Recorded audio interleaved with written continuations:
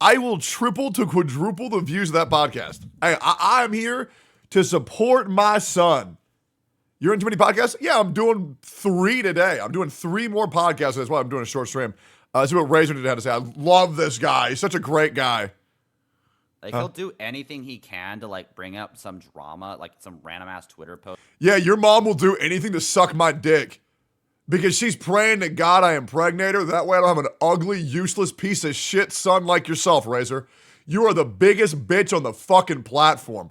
Nobody gives a fuck about you. You lose 90% of your viewers the moment you're doing anything besides Gacha. So why don't you continue sucking my dick and shut the fuck up, you little bitch. Good God, bro. Just end your goddamn channel because nobody gives a fuck. And that's the goddamn truth, sweetheart. And I hope you get that. How the fuck are you still streaming? Jesus Christ. Anyways, yeah, that's my thoughts on that guy. Literally, Razor Ninja is the biggest bitch of all time. Straight up. The biggest bitch of all time. Dude. Fucking, what's his name? What the fuck is his name? Professor Plum? What the fuck's his name? The guy from the Powerpuff Girls. He can put the 3 perfect ingredients to make the world's biggest bitch. And that still wouldn't be as big of a bitch as the fucking soy boy himself, Razor Ninja. Good God. It is an embarrassment of a human being. Bro, if I was like that shit in real life, I'd go New Game Plus. Holy fuck. Bro has been hate watching my ass for 4 years. 4 years of hate watching. 4 years. And the worst thing is, he hate watches and he don't even get views for doing it. He sits there with his army of, like, on a good day, 400. On a day where he's playing variety, maybe 5. Sits there and just fucking bitches, moans, and uses his dad's credit card to fucking pay for his gacha addiction. Bro is pathetic. Legit. Dude is pathetic. It is insane. Bro's sitting there like, oh man, that Tectone, oh frick, oh dang it. Shut the fuck up, bro. Just get a new gimmick, man. Nobody gives a fuck. Jeez, and the crazy thing is, he hate watches me and watches video after video after video of my dick in his fucking mouth, acting like he hate watches me. Razor, here's the crazy thing, man. You watch so much of my damn content, you're a fan. You're a fucking fan. You watch that shit every goddamn morning, stroking your micro penis to that shit, man. Like, good God, this motherfucker's been hate watching me for 4 years, bro. You're my biggest fan. These people just need to shut the fuck up. Straight up. Straight up. He said he don't watch you unless it's on stream. Yeah, that's because whenever my face is on his stream, his viewer count triples. Hey, you know what I'm saying? Hey, it is what it is. It is what it is. All right, cool. Who are we talking about? Let me be very clear. I am talking about the biggest dumb fuck cuck on Twitch. Razor Ninjas is the exact person I am referring to. There's a reason why he doesn't stream with the webcam, and that's because he looks like a pussy bitch. That is who I'm referring to. All right, great. Yeah, there we go. Just making sure. Seriously, who? Yeah, I know. Yeah, that guy. Think this Asmon hater's not similar to that guy? Let's say. Let me see. Least obsessed Asmon hater. Hey, man, I mean, it's fucking parallel lives here, man. Parallel lives. I thought I'd ditch that motherfucker in Genshin Impact. He's back again to sit there. Fucking sucking dick for money, bro. Holy shit. All right, cool. It does make me happy, though. It does make me happy. Let me tell you why. Because Razor Ninjas ain't going anywhere as a content creator. So I know every single time he goes live, he's wasting his fucking time, making his life worse. Because whenever he turns, I don't know, 16, he'll realize that he's wasting his fucking life on the internet. All right, cool. Let's keep watching this shit. Short context, Asmon biggest hater since 2019. Randomly started. How is this so similar, bro? That's insane. Not even YouTube brings him up. Yeah, I know, because nobody gives a fuck about him. Starts talking shit again out of nowhere after 5 years. He's also like Zajev's biggest dick sucker. It's great. And whenever I go off on him, it turns him on. Like, he starts cranking. He's like, oh my God, Tectone noticed me. Goo. Oh, I'm gonna goo. Then he comes all over his fucking keyboard, bro. Then he licks it up because the mere thought of me making him come makes him lick that shit up. It's insane, bro. He says these days is the worst fucking take you've ever had. In the last year or so, literally every take he has is literally the worst take any human has ever had. Show it? No, Juddy. No, I'm not your fucking dad. Just because I fuck your mum, it doesn't make me your dad, mate. Go and Google.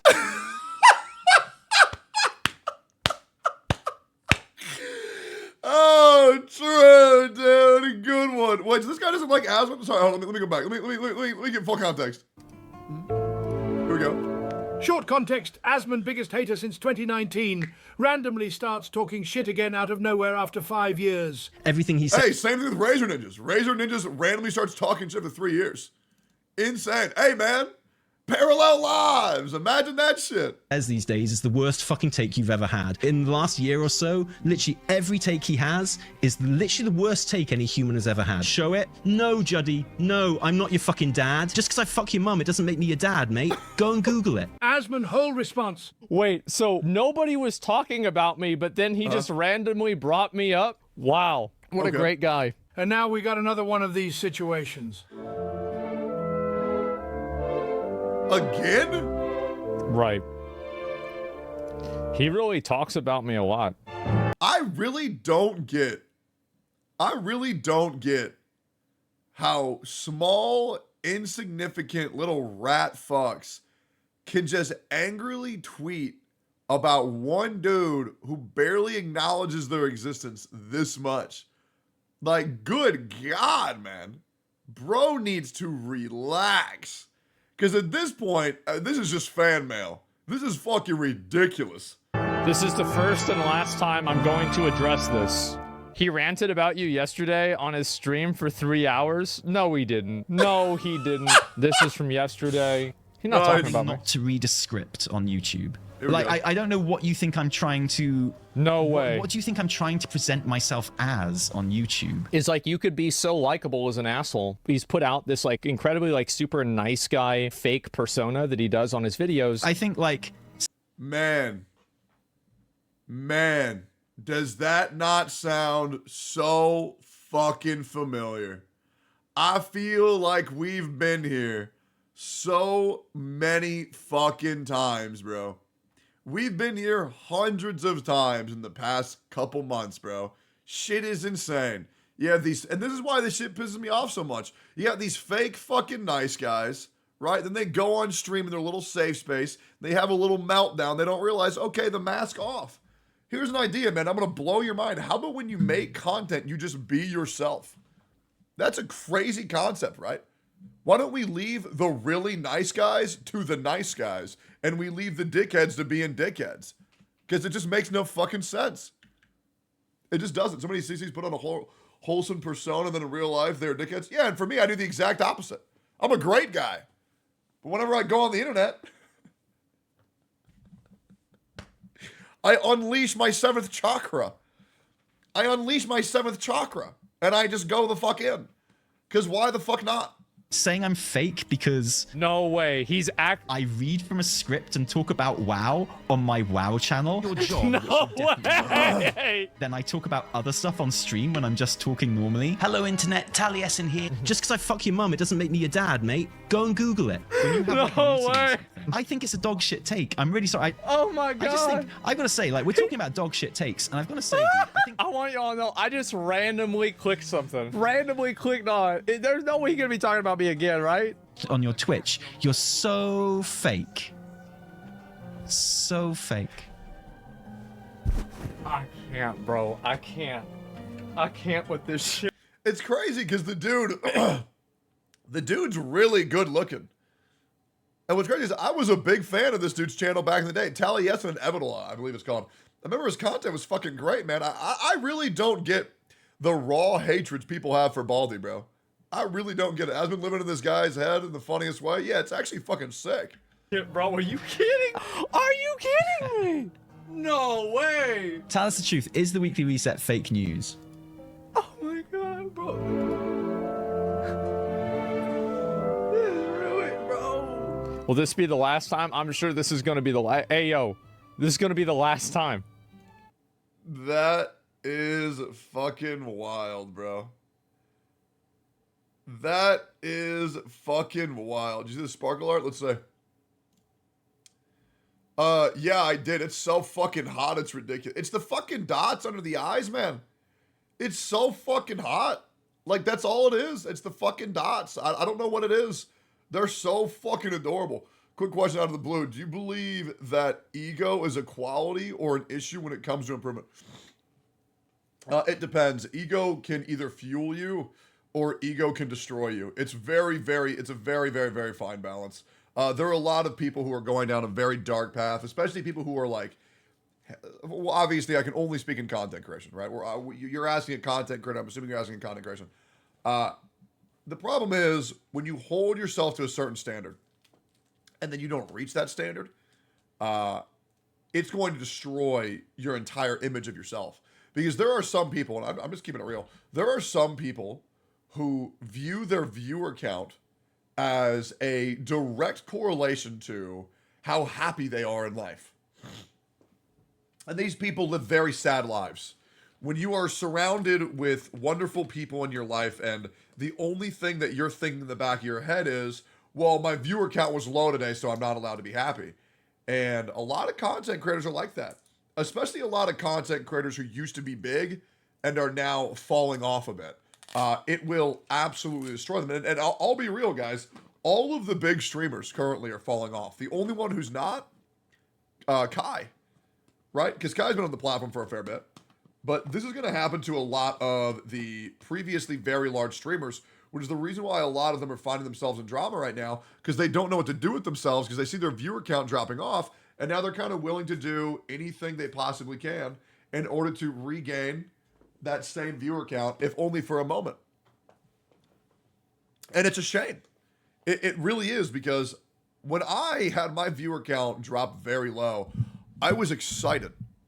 I was genuinely excited. I was like, okay, interest in my channel is pretty low. That means I can kind of put the channel on the old back burner. Just keep streaming when I want to stream, not force any content, just take my time, relax, enjoy myself, and then really start connecting with the world. I went back to the gym. You know, I got on testosterone. I removed a lot of my fake-ass friends from my life, and I got a bunch of great friends in my life, and things are going great, right? But the problem is that when streaming is your everything, it also becomes your only thing, and the moment that you fall off as a streamer, it's going to destroy your fucking mental state. It's horrible. No, it's fucking horrible. Because the only thing that you care about is how many updates did I get on my Twitch stream today? How many viewers did I have at the 1 hour mark? Oh, I didn't hit 10,000? Oh, guess I better kill myself. It's just really rough. And that's why this streaming thing, you should consider it as a blessing of an opportunity that you had the privilege of being in the public eye, whether it was negative or not. So many people know who you are. You were able to affect so many people's lives, positive or negatively. And it's truly a once-in-a-lifetime experience that barely anybody gets to experience. And so when I eventually fall off, I'm not going to be bitter about it. It is what it is. Right? It is what it is. But now, you know, I just told myself when I go live, because, like, you know, full disclosure, this is an important segue. It's going to make sense in a second. I went to a party last night. I met with my buddy David. Right? And you know, I don't really talk about this shit too much, but I guess I can. He was talking to me about how great my numbers have been lately. And it was flattering. I really appreciated it. Because he said that, oh yeah, man, yeah, just a couple months ago you were at 3K. Now you're at like 7K. And I'm like, yeah, I mean, it's cool. And he's like, why do you seem uncomfortable about it? And this is full disclosure. The only numbers I ever wanted to hit was I wanted 2,000 viewers when I play variety games. And I just wanted 3,000 viewers whenever I'm in just chatting it up. That's all I wanted. That was my goal. And so what had happened was, is that when I hit those numbers, I was like, great. Now I can chill. I have my core community. We can enjoy this for a couple years, ride it out, have fun, relax, and just do whatever the fuck I want to do. Well, the problem was, me doing whatever it is the fuck that I wanted to do, turns out a lot of people like. Because you know what I like doing? I love talking shit. Bro, guys. You gotta understand, I fucking love talking shit. And I love doing dumb as fuck shit. So I was fucking slapping a black bar over my dick, jerking off on stream, fat shaming women, you know, going in on content creators, calling out bullshit company policies. And then I realized, oh, fuck. People really like watching this shit. And then accidentally, I fucking doubled my viewer count. And I just, you know, it just became... It just became a mess because now a lot more people have their eyes on me than I was previously anticipating. But hey, it is, as they say, it truly is what it is. Speaking of which, check out this tweet. So this fat bitch tweeted about me yesterday, which was, can someone please explain to me why men who look like this speak on any women's appearance? Right? So I responded with this.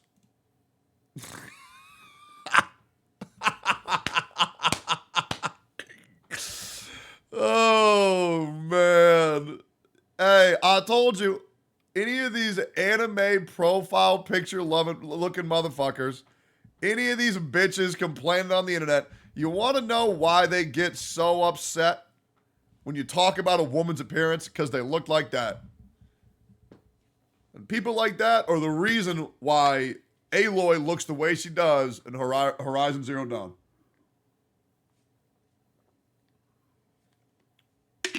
You know, I mean, I really don't know what else to tell these people. It's fucked. Would you still be happy if one day you woke up and streamed to like 20 of us? Me personally, I'm just glad I can make someone's day. Why do you think I go into the Discord and stream to like 15 people? I don't care. I mean, as long as chat's active, that's all I give a fuck about. It is what it is. Alvida picture could be more accurate. Alvida One Piece.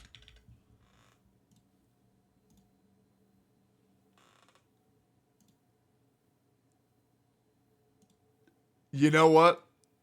You are so right. It's fucking ridiculous. You are so right, man. That is fucked up. That is a spitting 1-to-1 image. That is fucking ridiculous. But yeah, I mean, it truly is what it is. React content. Let me also show you all this Reddit thread. Hey, boys, 5,000 upvotes. Still not banned. You want to know why? You want to know why? Because I cannot be banned. Told you that once, told you 1,000 times. My ass cannot get banned. Okay? And you know what's crazy? People on Reddit now get it too. They're like, yeah, Tectone always says he can't be banned. And then he does shit like this and still doesn't get banned. I'm starting to believe the guy. You know how it goes. The horrible state of the internet, docs, gender war, etc. Been left in a dystopia. Simply voicing the wrong opinion or being a little too fun or outside of the norm will result in An hour? Oh my god. What? 1 hour? You know what? I actually might watch that eventually. I really might. Yeah. I should really, oh my god, I really should watch that shit eventually. There's a couple videos that I wanted to watch. I was gonna figure out what it is. Why Wuthering Waves will be the biggest gacha game ever, made by Goofsy. Japan, don't really care. Catfishing, kind of funny. Oh, it was great, dude. I was at a party last night. Everybody was talking about getting catfish, and I had to one-up their catfish story by telling my own catfish story. And that killed the vibe. That fucking killed the vibe. You know how it goes. People don't like the woo-wah stream. Yeah, because it was fucking terrible. The fuck happened to the EN live stream? Somehow they managed to make the EN live stream more cringe than Genshin ever did, which is wild considering how good the CN and JP streams were. I hate how they assume everyone played it in the minute. Oh yeah, no, it was fucking dog shit. How to kill the hype of your own game in like 2 fucking hours, bro. I mean, it was rough. I don't think anybody is great. It was rough as shit. Like, it was so bad. I missed it. What happened? Okay, so imagine, all right. So imagine you let a toddler write a chat GPT prompt for what a dev live stream should be. And then take that and mix it with Mario Party. And then give it 55 minutes of Mario Party minigames and 5 minutes of actual updates. I liked it. I thought it was good / fun. Hobo with a shotgun, that's great, but you're wrong. And I can explain to you objectively why it was a bad live stream. Would you like that? No, I can legit explain to you. I can legit explain to you objectively that you're wrong. Kuro fans defending. All right, here we go. New question. Why are you people so fucking miserable? Okay. All right. I'm going to go ahead and explain it. Okay? So here we go. You ready for this?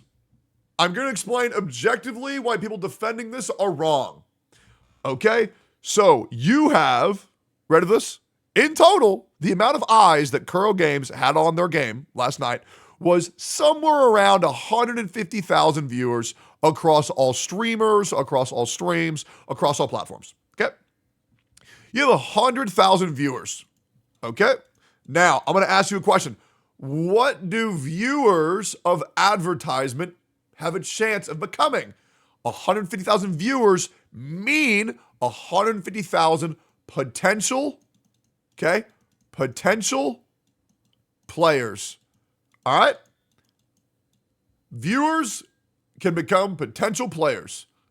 Now, when you have 150,000 potential players, even more so, ready for this?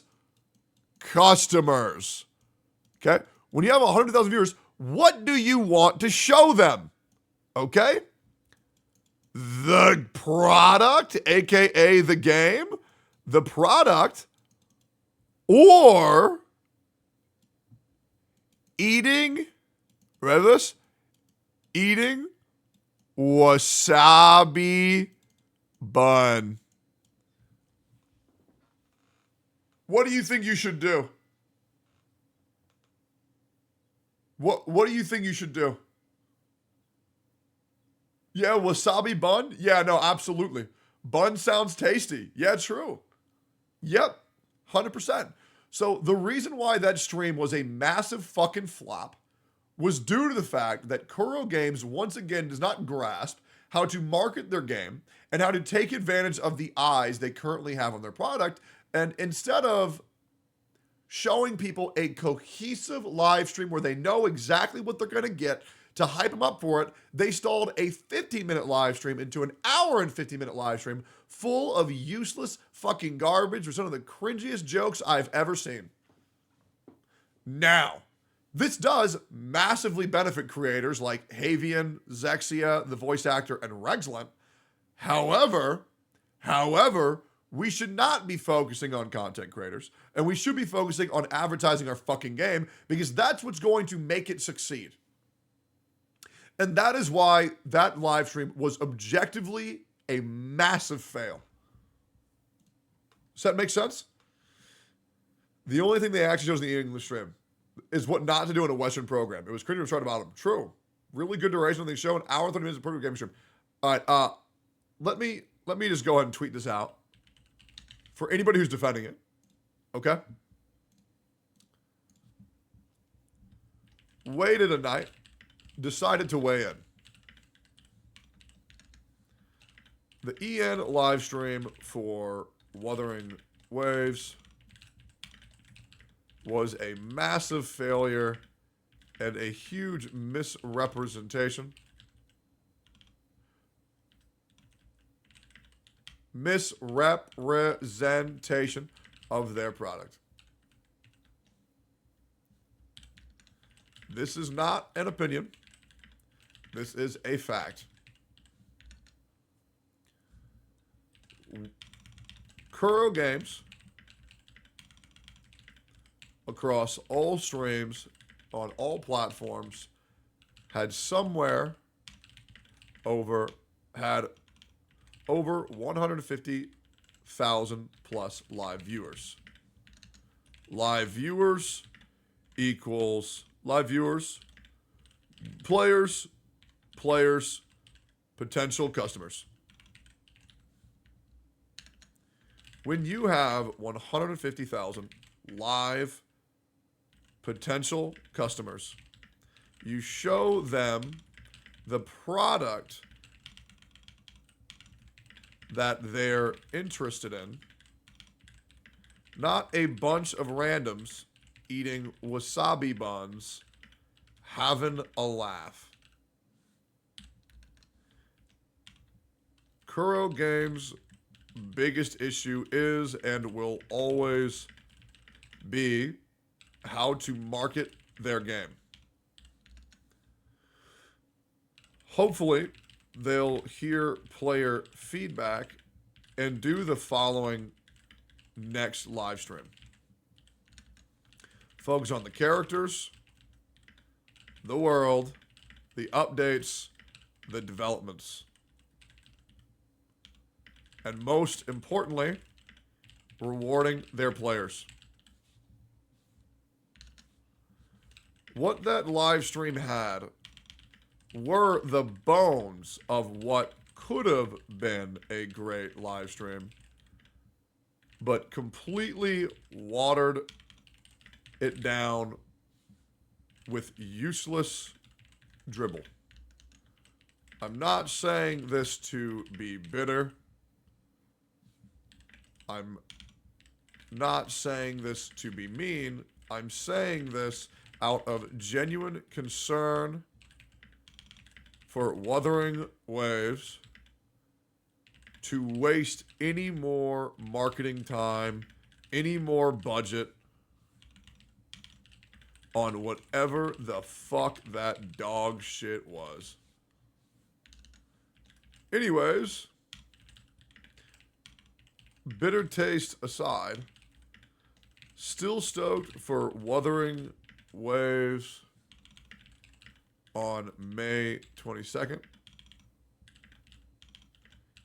Game looks great, and I'll see you there.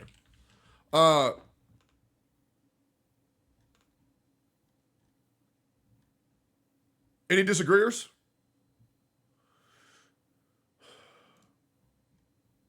Oh my God. Any disagreeers? Makes sense?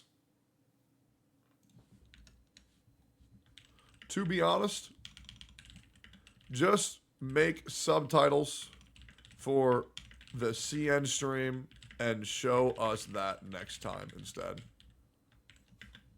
All right, cool. And then let me make it relevant for the Zoomers.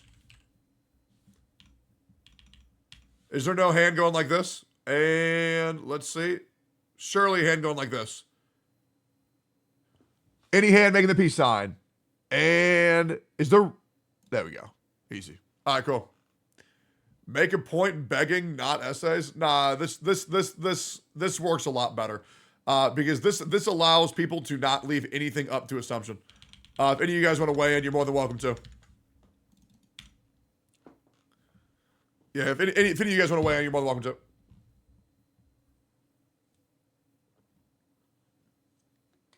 Nuclear MTAS take? Let me see. Gamers, I was very excited for the English live stream, but I'm going to save you some time. There wasn't any major news that was different from the Chinese or Japanese live streams, but this was potentially one of the worst dev live streams I have ever watched. I am not kidding you. It was potentially the most boring and cringy stream in the history of gaming. I agree. I am excited for Wuthering Waves. I'm going to cover Wuthering Waves, but what the hell was that? True. Let's get started. The new trailer stuff looks pretty darn good. I mean, it's nothing that we didn't see earlier today, but the new trailers, everything about the game, I am excited for. There's new bosses dropping, there's a new region that's going to be playable, and we've got some teasers of some of the new characters. I want to play this game, I want to fight, I want to do lots of things, but Kuro Games definitely needs to work on their marketing. Honestly, a lot of this felt like an AI script, AI marketing idea. I'm not kidding. It was like... Dude, and bless Regs Lent's heart. Bless his heart, right? Bless his heart. But good God, you could not find a man closer to an NPC on that live stream if you tried. Because holy shit, that shit was brutal. That shit was brutal. ChatGPT built this bad boy. Let me explain the most important stuff you need to know about the live stream, but then I'm just going to rant for like 4 seconds. They talked about the guaranteed selector banner where you can choose a particular character to get them after 8 polls. There's login rewards, a discounted banner, all the basic polls that you're going to get from the launch. They didn't really reveal anything new here. with all the different free pulls we're getting, it's going to be almost 100 pulls or something like that, so it's pretty darn good, and there is a 5-star weapon selector. Dude, I'll be real. If that cosplayer wasn't there, I probably would have closed the stream. Genuinely. This chick carried the stream. Legit carried the stream. 5-star weapon selector. They also discussed that there are some events coming that will give you some pulls. There's going to be Asteroid available for playing some of the different minigames. There's a combat one. There's a parkour one. And it appears there's one that gives you double Oh, and this guy was fucking just brutal to watch. Oh my god, that shit was brutal. experience potentially, or double crafting materials. Not too sure what it is just yet. They also did some more trailers and limited gameplay stuff. It all looks pretty solid. But for 90% of this live stream, they yapped and did little minigames. I cannot believe my eyes. Same. They did trivia for stickers, ooh-wee, for like 20 minutes. They were huffing glue and sucking helium through a balloon, doing voice acting. And then they stopped and had a goddamn snack in the middle of the stream. Oh, hey, let's just stop all the hype and have a little snack. And we had to watch them. And honestly, I am in shock we had to watch of what I just watched. Unfortunately, this stream was losing viewers as it continued. The stream had 43,000 viewers. And partway through, it was dropping down to 35,000, eventually 30,000. They lost 15,000 viewers over the course of this live stream because people just started clicking away because it was so boring. It didn't show any of the main content that people came for. This is facts. I've checked the analytics. And I think it was honestly a bad showcase of what Wuthering Waves is for this North American audience. It's just bizarre. Now, at the end, they brought American audience. It's just... Why am I here? Why am I in this video? Why do you have me up? What the fuck? Why do you have me here? Tectone, put it in times 2. Mute, I beg, John Tectone. Alright, I'm checking the fuck out. Mute this shit. Save us, Tectone. Bizarre. Now, at the end, they brought in, like, the CEO and some of the devs to... What's this? Oh, hey, Fob. Hey, yo, Fob, if you type something I don't notice it, you can just tag me. To be fair, I don't think Kuro has a fully staffed English branch yet to make these scripts more natural. The reason the script felt so robotic is that how Asian people think people speak English. I'm sure once Kuro gets a dedicated English branch, it'll be better. Fob, you are 1,000,000% correct. In case you guys don't know, the English branch of Kuro Games is struggling. It is fucking struggling right now. In more ways than I feel comfortable talking about on stream. Yeah, so that's why I'm taking it with a grain of salt. I'm not really worrying about it too much, and I think over the next coming weeks when they get things settled internally, I'm sure the marketing team will be a little bit better. I wish they'd just reach out to me, because I could help them run this shit very easily, and they're already open to talking to me, so it's fine. But they're just a little bit afraid of me. But I really do think I could save their production 1,000,000%. I wouldn't even be involved. When the launch money starts flooding in, they'll hire more people. Yeah, no, absolutely, Fab, I agree. I 1,000,000% agree. You talk about the game, and that was fine, but it was essentially just the stuff that was in the CN live stream. And realistically, they should have probably just subtitled the entire thing, because they tried to do multiple different live streams and fill the gaps and have different content in them, and the English one was just terrible in comparison to the other content. I wish they would have had a better presentation of their game, the representation of their game. I honestly feel like for some people, they probably clicked on that and were like, oh, this is weird. This is like not interesting. And imagine clicking on that live stream, seeing what it's about, and not even kidding you. For 13 uninterrupted minutes, we were watching 4 random fucks just eating a wasabi bun.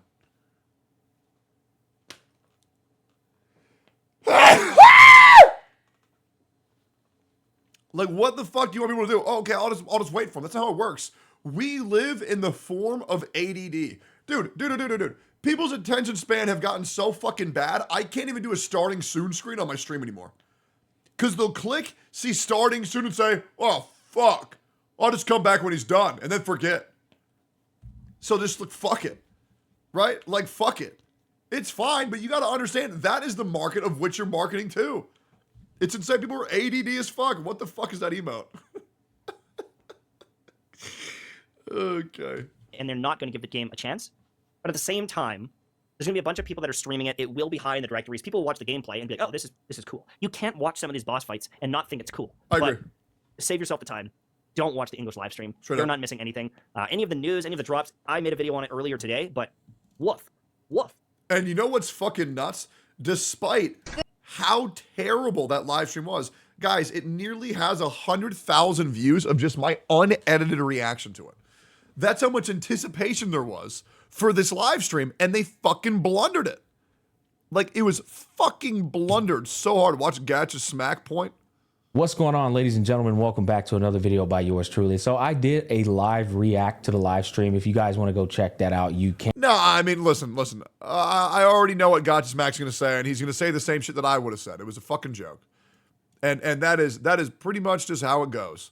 Right? The biggest nuclear gacha gaming news this month. Alright guys, so if you guys haven't watched my trailer video breakdown for the new update of Mystic Flower, then go and watch that video. But we do have the update sneak peek, alright? The new Cookie's a beast! Apathy, which is going to be introducing the events with the beast. They're a beast! Well. But something interesting that they have done here is going to be the portrait, or the the design of the cookie actually changing as you start promoting them. All right, I don't know if this is going to be for Ascension. All right. Oh my god! Very similar to Ascension, but it choose one out of those three, and then it seems like you're going to be able to choose out of these two here for the part 2. You just get to pick a white lily? Jesus, was it time to either start going to play candy then? Bro, Cookie Run Kingdom is so goddamn good, it's ridiculous. My only complaint for Cookie Run Kingdom, because I'll be real, I'm very angry. I'm very, very, very angry at Cookie Run Kingdom, and I'm playing a lot less. I'm playing a lot less than I used to. My biggest issue with Cookie Run Kingdom right now is that you run out of skip tickets. Yep. You run out of skip tickets very quickly. And there are some game modes that take way too fucking long.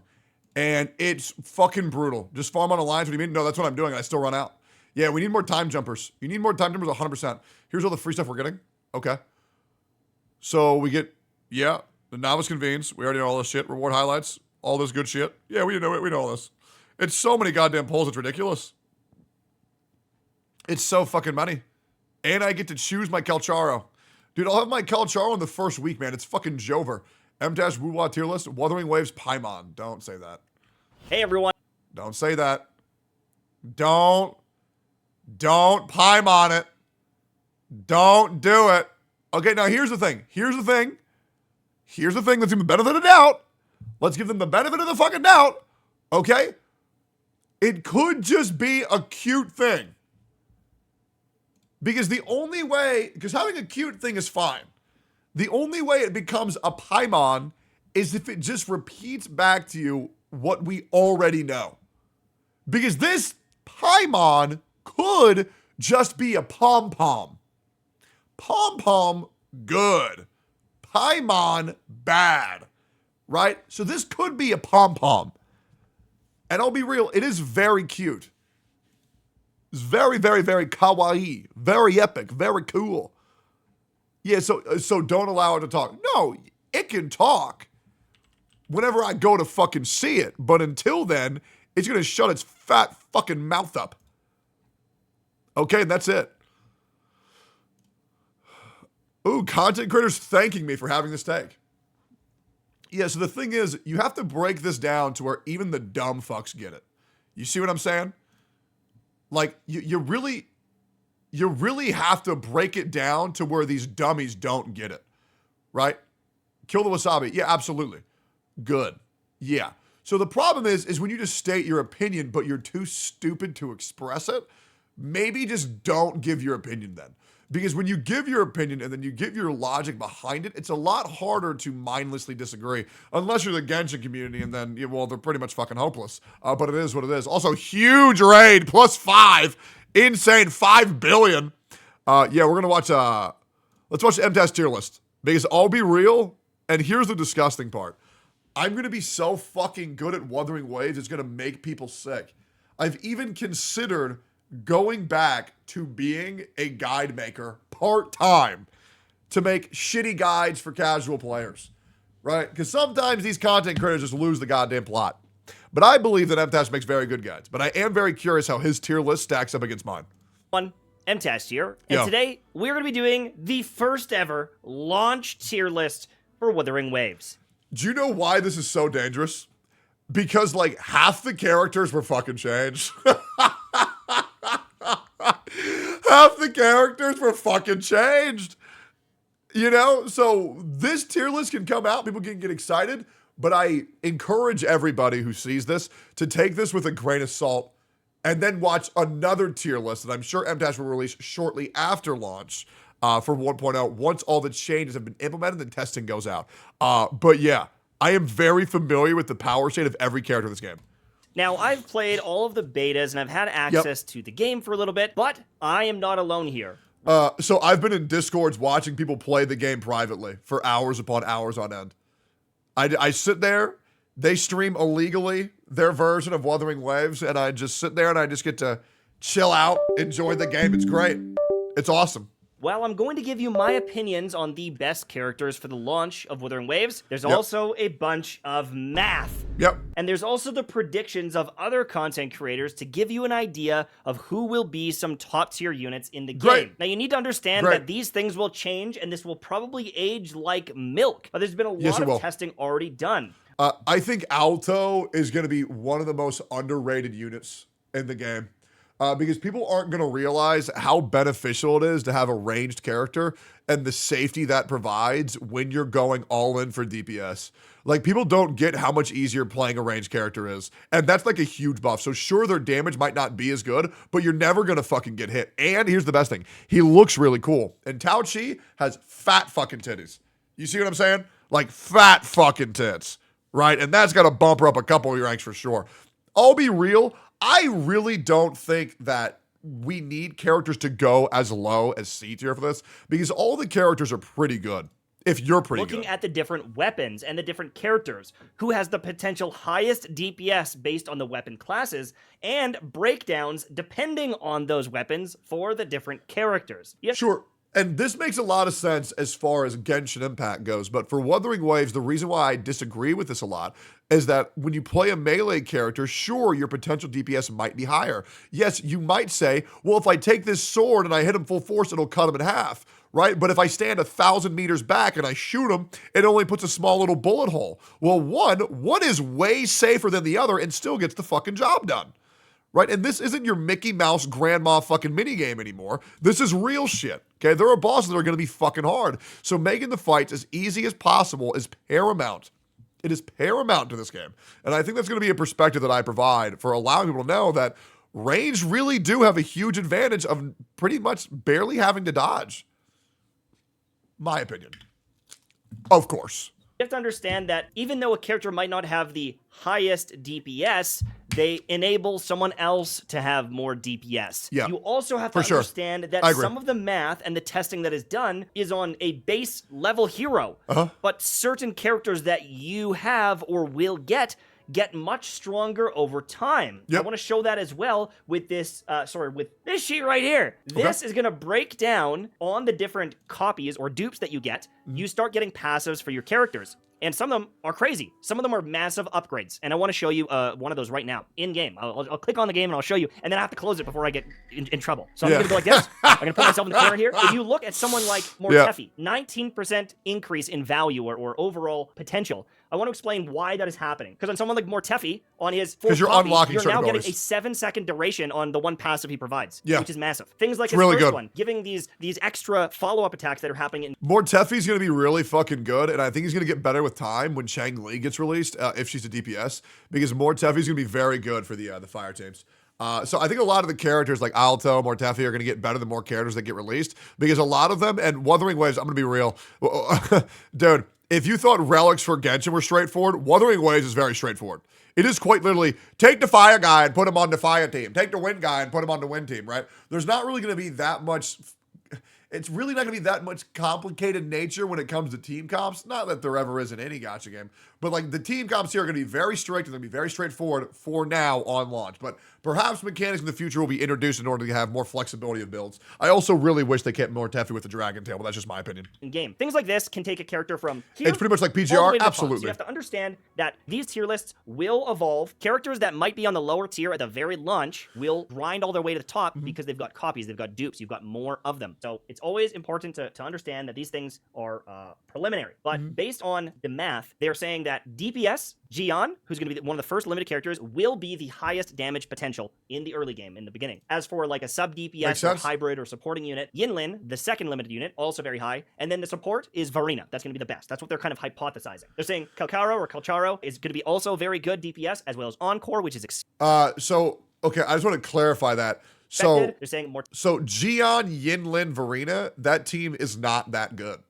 Okay, because you want to use Yinlin with Calcharo and Varina. And the reason why you do that, okay, and I'll explain, is Yinlin is going to make Electro characters do more damage. Calcharo is an Electro character. Okay, and Verena is going to have a universal attack buff on the entire team, as well as a universal damage buff on her outro skill. Okay? That's not what he's saying. Yes, but it could be confused. That's why I'm going to clarify it. Okay? Because I'll go back, right? I'll go back so you can listen to it again. The information needs to be very clear, because when you see S tier, S tier, S tier, right? When you see the top, S tier, S tier, S tier, I'm clarifying that this doesn't mean this is the God team, right? It's very important to clarify. Potential in the early game, in the beginning. As for like a sub DPS or hybrid or supporting unit, Yinlin, the second limited unit, also very high. And then the support is Verena. That's going to be the best. That's what they're kind of hypothesizing. They're saying, okay, do you see how that could confuse people and make them think, oh, Jian's the best DPS, Yinlin's the best sub DPS, Verena's the best support, so that's the best team, right? Hopefully that makes sense while I'm clarifying that is not the best team. The best team at launch will be midway through 1.0, and it'll be Calcharo, Yinlin, and Verena. That's the best team. Calcharo is going to be also very good DPS, as well as Encore, which is expected. No, Calcharo is going to be the best DPS because he has the best team support option. So he will be the best due to what's in the game at launch. Mortefi is going to be a very good supporting unit, and then everyone else is following suit and a little bit lower down. And I'm looking at this, and I'm saying, yeah, I can understand it. I'm going to go through every unit in the game, and I'm going to do a small little review and help you understand. Also, Sanhua is very underrated. Why they're placed where they are. And Encore is very good, but you have to realize that her DPS is potential DPS, and the ability to play Encore, I believe she's going to be one of the higher skill caps characters in the game to play, because the way her parry works is different like everybody else's, and because her attacks don't parry, you actually have to jump plunge in order to do parry procs on certain bosses, or on bosses, and it's incredibly fucking difficult. But if you play Encore and you're good, it's going to look fucking nuts. They are, and I'm going to give you my rankings. But you have to remember that there are certain units on here, like this Danjin. Danjin is in the B tier, but if you look at the write-up down here for Danjin, very high damage, but also very risky to play. So if you're a casual, it's probably a bad unit, terrible unit. But if you are good at the game, it's going to be a high-risk, high-reward type unit. So there's a lot of different things you need to know about that. Danjin is also getting nerfed on launch, according to the rumors. Let's get started. So the Rover, or the MC, I would say in the A or S- tier. The reason why, you get them from the start so you can invest from the start. And you will also get multiple dupes and copies of this unit, allowing you to get some juicy value. Also, if you invest in this character and you level them up, there are other elements that are getting brought into the game. You can see it down here. There's going to be Havoc, and there's going to be other elements that are available, most likely down the road. Investing into your MC for almost every game is good, because eventually they will become good, and they're incredibly strong at the start.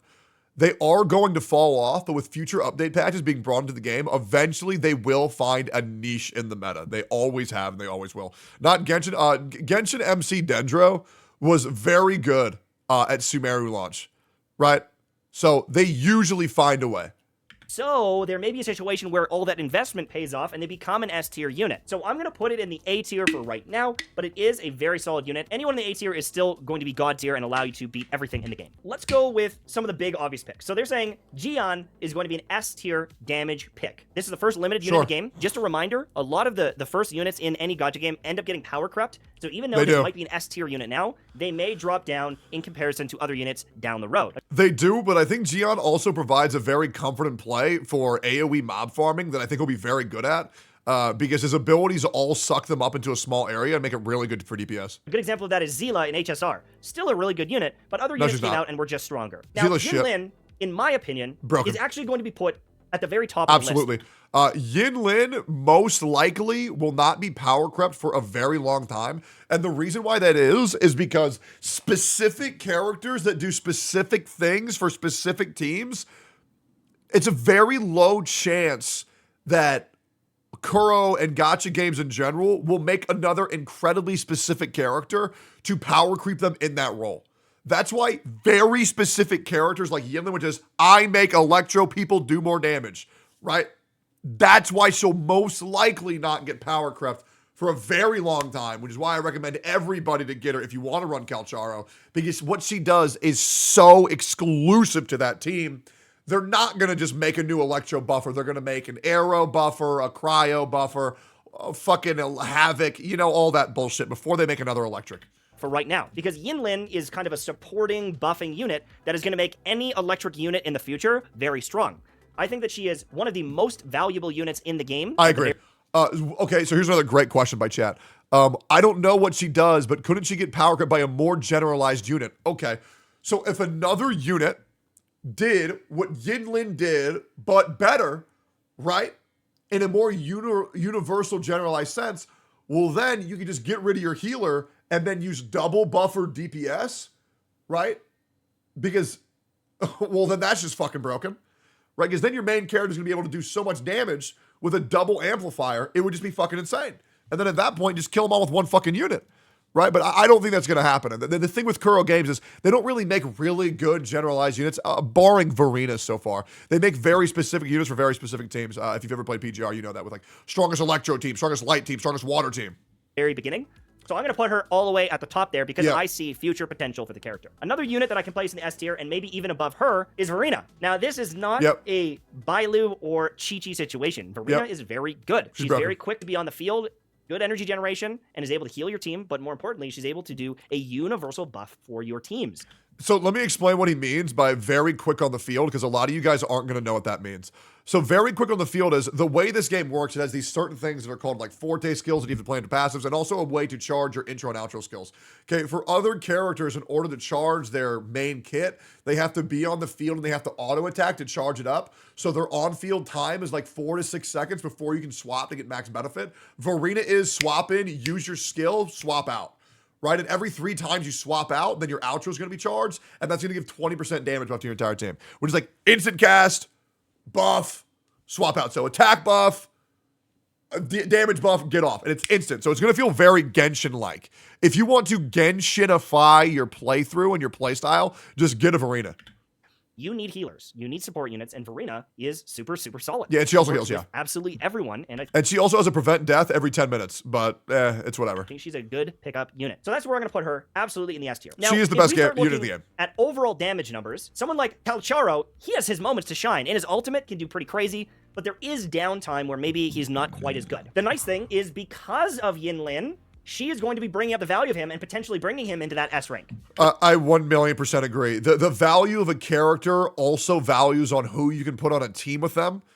And I think it makes no sense to rate characters as standalone. I think the best way to rate characters is how strong can they be with the right setup? Because that's the only thing that matters, right? It doesn't matter how good a character is standalone because you're not going to use them standalone, right? So I believe that Calchar should be S tier for sure.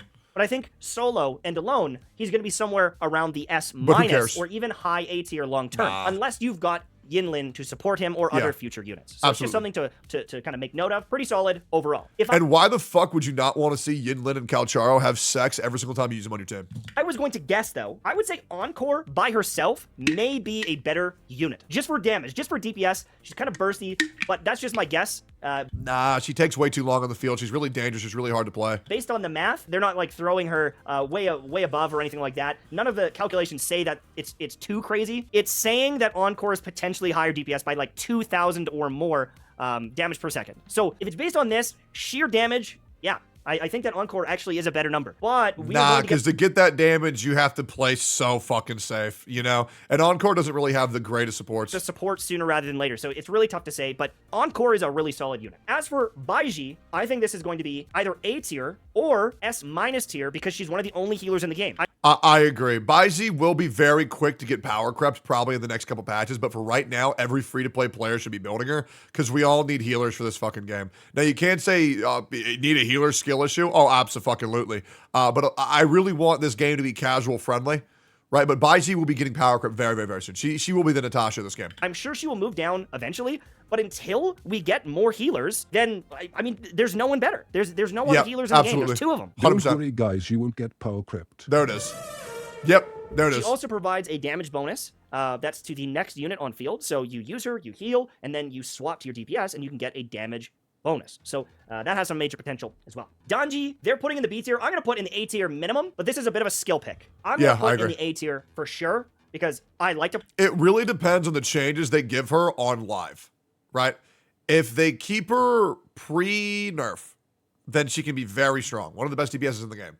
But it just depends on what they do to her because they found that she was too powerful. Playstyle, it's this kind of berserker playstyle, but I understand why people might not love that. Now, as for me, I'm going to put Mortefi. I'm going to put him in the S tier. I'm going to put this guy he's really good, which is a shame Because I don't fuck with him at all. I really wish they kept him like a dragon. I don't fuck with Mortefi, unfortunately. But yeah, he's really good. Really great support. I see the potential in the future, especially if you start getting dupes of this character. He jumps in and does kind of duo attacks with your teammates. He's got this like burning attack. I really like this unit. And the big thing is he boosts up heavy attacks. If we ever get any other units that really spam heavy attacks, this unit will just get stronger. I see a ton of potential for him. I'm going to put him in the S- tier myself. So heavy attacking characters rarely ever get put into the game in mass. And the reason why that is because casuals just they just don't be doing that shit. They just spam light click over and over, or light attack over and over and over and over again, right? They just want to button mash, right? So a charge attack character would be cool in the future, but generally we just fucking don't get those, right? Gion counts as heavy attacks with the normal ones? Yeah, for sure, but that's not like a heavy attacker, so they just count as heavy attacks, right? So I guess they could do that. I guess they could be like, oh yeah, this character's light attacks count as heavy attacks, I guess. As for Alto, didn't get really great ratings down here, but potentially can buff up Gion. He's got like an arrow damage bonus, but overall playstyle, I don't like the feel. I'm going to put him in either the B or A tier. I might get canceled for it, but I'm not convinced that this is like a must pick up unit. So I feel like people are criminally underrating the fact at how good having a ranged character is. It just makes your playstyle really, really, really safe. And it allows you to do some goofy shit and get around certain mechanics that make the playstyle feel way better. I think Alto's playstyle is fucking awesome. I think he's criminally underrated, kind of like Pela was at the launch of Honkai Star Rail. I remember people told me that Pela was going to be a B tier unit at best, and I said, nah, she's going to be triple S. Well, look where we are fucking now, man. Everybody runs a fucking Pela. I feel like Alto is going to be, I think Alto's very underrated. As for Yanwu, I think he's going to be in the A tier. He places a turret down like he's also fucking nuts. A defense scaling damage supporter. His abilities look really cool. My only thing, I'm not crazy about his hat. He looks like Blue Welt, but I really fuck with his playstyle. You know, build tanky, deal damage. I love that shit. I think Yanwu is going to be pretty solid, and you get a free copy. But there's so much testing that needs to be done. This is just a preliminary idea. Anyone that's like S or S- tier, they stand out as like, oh yeah, duh, they're good. Everyone else is like, yep, probably good. You know what I mean? They're you build them, they're going to work, but they don't have standout features. I'm going to say that Yang Yang is going to be an S- or high A unit. Yang Yang is a free unit that everyone gets, but her ability to group and pair everyone together, I think, is very strong. I think that Yang Yang has some potential. And people don't get why grouping people together is so good, and it's because, well, okay, if you have a single target ability and it hits one person for 400%, that's great. But if you take that same ability and now they're all stacked on top of each other, that 400% damage thing is now a 3,000% or 3,200% scaling thing because you're hitting 8 targets at the same time. Grouping things together is always OP as shit. However, it obviously falls off during boss fights. There's going to be moments where she really shines. I think because range gunners don't have parry access as often, which means you can't break the bar as quickly, so even though you get range advantage, you miss it on DPS winners from breaking faster. Sure, but I'm sure you'd also agree, Fab, that a lot of casual players aren't really going to be going for constant breaks, and they're just going to be trying to survive the fucking bosses, and I think that range DPS are going to provide that comfort of play, that they are really going to allow casual players to bridge the gap for higher skill cap bosses. Fuck casuals. Well, the thing is, and here's my other take, there's no reason to make a guide for anything other than casual players because hardcore players don't need them. Right? So, like, if your guide isn't for casual players, then why the fuck did you make it? That's my opinion, you know? Like, I mean, I'll be real. You think Regslen is looking up beginner's guide for Wuthering Waves? No, probably not. Right? No, probably not. I'm going to put her in the S- tier because she does something that no one else is really doing. I see the value there. Tauchi, I'm going to put her in like the B tier. She's got some potential. B for big fucking tits. Work with the Echo set to give your team some healing and some energy. She's okay, but she's kind of like a tank unit, and tanks don't exist in this game. Yeah. You're going to get one shot. So I'm not a big fan of her. I don't really rate her very high. She's definitely the Noelle of this game. But I'm going to use her anyways because she has fat fucking tits. And that's pretty much it, man. I really don't think I'm going to need any triple S tier unit to clear the fucking content. I'm not a fucking shitter. So I'm going to just use teams that I like. And you might say, well, Tectone, you're using Calcharo, Yinlin, and fucking Baizi. Isn't that your team? Well, you need fucking 3 of them, guys. You need 3 fucking teams. You need 3. Right? So there's not that many characters. Is what it is.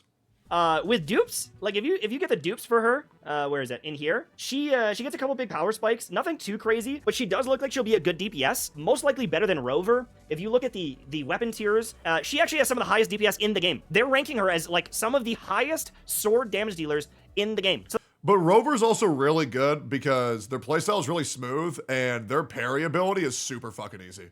Like, so another thing that people don't know is that specific characters have different parry timers.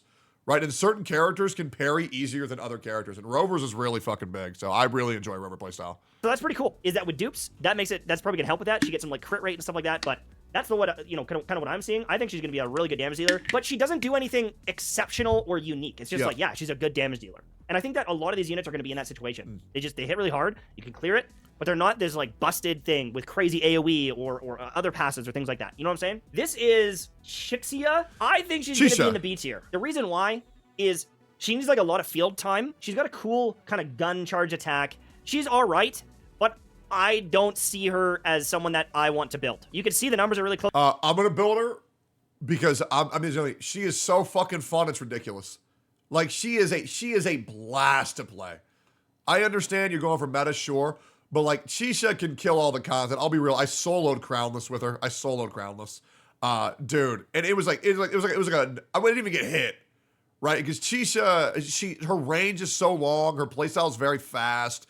She's just a lot of fun to use. I'm going to use the fuck out of her. Close to like Mortefi or beating him in some situations, but I just don't think she's going to be a pickup for me. It doesn't mean she's bad. Up next, we've got a couple of the other 5-stars. I think that this Mamacita will be up here. She's got this like shielding, countering ability.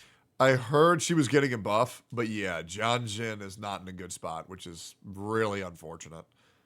Because, I mean, aesthetically, she's just so fucking beautiful. I really do wish she was better. I do hope they buff her, but we'll have to see. She is a 5-star, so she's got some extra scaling. My guess is she'll be somewhere up here. I would really recommend checking an updated tier list, which I'll include in the pinned comment if this is a video on YouTube, to see where John Jin is in the current meta, because, man, they really fucking did her dirty, didn't they? Maybe below, like, a couple of these, depending on how many copies you get. But she didn't, like, shine for me. She didn't stand out as this must-pick godly unit. She was just fine. But I didn't play with her a whole bunch, so I'm not going to pretend so fucking that cool, she's, like, though. Trash or anything like that. But if we look here, she didn't even do the most DPS. She's like a jump below, and here's the issue. This guy has higher damage. He has really good damage on the spreadsheets. Yeah. Absolutely awful to play, in my opinion. Absolute sewer level to play. Feels trash. So I think that she might be like in the B tier, like slightly above. This is what you call a skill issue, right? This is what you call a skill issue. She's triple S tier in my heart forever. Fuck the haters. John Jin forever. X-Lice, I agree with you. I agree. I'm going to find a way to make her work. And I'm going to find a way to make her ass work free to play. I'm going to build her ass 100%. She's too cute to use. But yeah, this right here is what you call a skill issue, 100%. Because of utility, but technically he does more damage. So it's like, it's really tough, you know, officially to say where they're going to be. But I'm not seeing a ton of potential, and I just don't really like them. So that's where I'm at right now. There's very fast enemies in this game, very hard-hitting bosses. There's a lot of situations where you're not going to have optimal rotations, and there is human error in these lists. Great point. Because everything in a bubble can seem really fucking good. Okay, and I'm gonna give you a great scenario. Okay, so here's the thing. All right, there's the weapon and there's the target. Okay, now here it is. Okay, I'm gonna ask you a question. What's stronger? What can do more damage? A soy sauce bottle or a nuclear bomb? Okay? I want just answer. Okay? Soy sauce bottle or nuclear bomb? Okay? All right. Okay. I don't know why I'm asking you guys. Okay? So obviously, in these scenarios, what can do more damage? Here's the scenario that I have. I have this soy sauce bottle and I have this bottle of cup. Boom. 30 damage. Okay, now the other scenario is nuclear bomb. A nuclear bomb can do a ton of damage. Right? Well, first of all, I don't want to use it because my ass will die too. And if my objective is pick up a nuclear bomb and throw it against that cup, well, I can't lift the damn thing up. So what's it matter? It doesn't matter how much damage it could do in a perfect scenario. You're never going to be in a perfect scenario. So you might as well be able to do the reasonable amount of DPS in a reasonable scenario. The numbers and based on the charts, based on what I know of the characters, and based on their... the fuck are you yapping about? I'm saying talking about perfect numbers in a bubble doesn't matter because you're never going to find yourself in a perfect situation. And if you're finding yourself in a perfect situation, well, you're going to fucking win anyways. So the only thing that matters is how much damage can you do in a reasonable situation, in my opinion. Their overall passives and the increases they get, I'm feeling pretty good about the tier list. I'm feeling pretty good with their ratings and their thoughts on these characters. You know, the potential that they've got. Some people I rate higher than others. Like, I put Yang Yang higher. I put her in the S- tier because I really like Yang Yang. Sure. But again, you can clear the game with Danjin. You can clear the game with like anyone. So that's the way I'm feeling about things. If you have any questions or any concerns or thoughts, let me know in the comment section down below. But for right now, this is going to be the Wuthering Waves launch tier list. If anything changes between now and then, I think it was fair, but I think a little too optimal of situation we're taking into consideration. But other than that, I think it was great. I'll let you know. And I think I'll do another tier list after the first month, maybe, or a couple of weeks in. I'll probably do one after 3 days of launch, being completely honest. I think 3 days playing with all the characters is more than enough. And I'll get a bunch of, you know what I'll do? I'll get every theory crafter in the game to come onto a podcast and then make a tier list together. I'll get like Fob, X-Lice, MTash, Mr. Pokey, Gacha Smack, and we'll all make a community tier list together. I think it would just be great. There's big updates, and with all the millions of people... Zajeff? No, I'm good.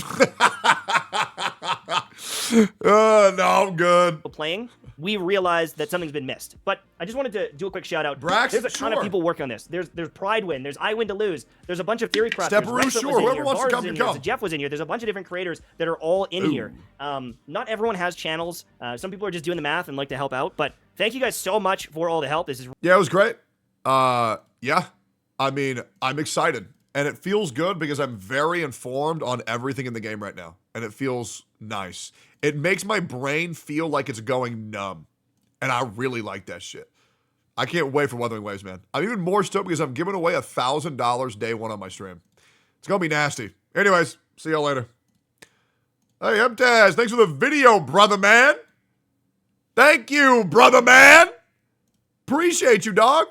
I like that. I like that. Do you like the fact that people were already making meta for quick swaps like Genshin rather than solo runs with focus on mechanics? Okay, here's the only thing that I give a fuck about. Are you making information for the widest group of people possible? If yes, then great. If people are making ways for casual players to enjoy the game easier, then great. I don't need Wuthering Waves to be difficult for everybody. I just want people to be able to enjoy the fucking game. And as long as people are enjoying the fucking game, I don't care what they're making. That's fine. You know what I mean? That's fine. Watch this shit now. Honkai Star Rail Special 2.1 update. I've already seen this shit. Only thing that matters is the game fun. No, I agree. Watch it's not that long. Yes, with every... Did you think the Coral Shop was already generous? Yeah, we've already seen this shit. I'm actually curious to see if any other new content creators have started weighing in on Wuthering Waves. The Secret Adult Gaming Platform is bigger than stream. Yeah, we're going to watch this shit today, too. Let me just check Twitter. We're going to check the engagement on this post here real quick. Okay, this is going really well. This has how many? 78 retweets. Yeah. As an anime profile picture, I utterly disagree with your statement. Yeah, I know. I know. Am I the only one that doesn't care about the marketing? CC's like, you already market the game. They don't need anything more, lol. You are a fucking idiot. Bro, if the game does better, that means we get better, more consistent updates. Yes, you should care how they fucking market. It's really not that hard. Agree, onto something, awful, rare Tectone. How many times are we going to see people type that shit? Eventually, when you type rare Tectone W this many times, it's just common. I swear I see this shit like 50 times a fucking stream. Purely comedy. 100% agreed. Kill the Wasabi. Agreed. Not gonna let you just giga ass. Agreed. For is anybody disagreeing? This 100% right. Concordo 100%. Comiso. Oh my god, I got Italian people agreeing with me. Female. Oh, it's just a profile picture, bro. Oh my god. I thought I got a girlfriend, bro. Fuck. If you'd be willing to maybe roleplay with me, you could be chat, and I could be me, and I would like to practice setting boundaries.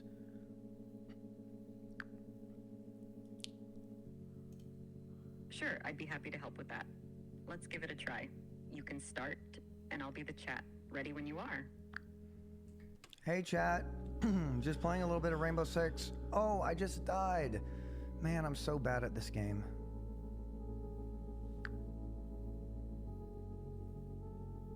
Omegalol, he's gotta be trolling. Spams question marks.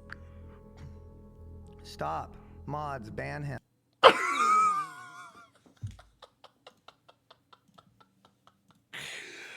Oh, classic, dude.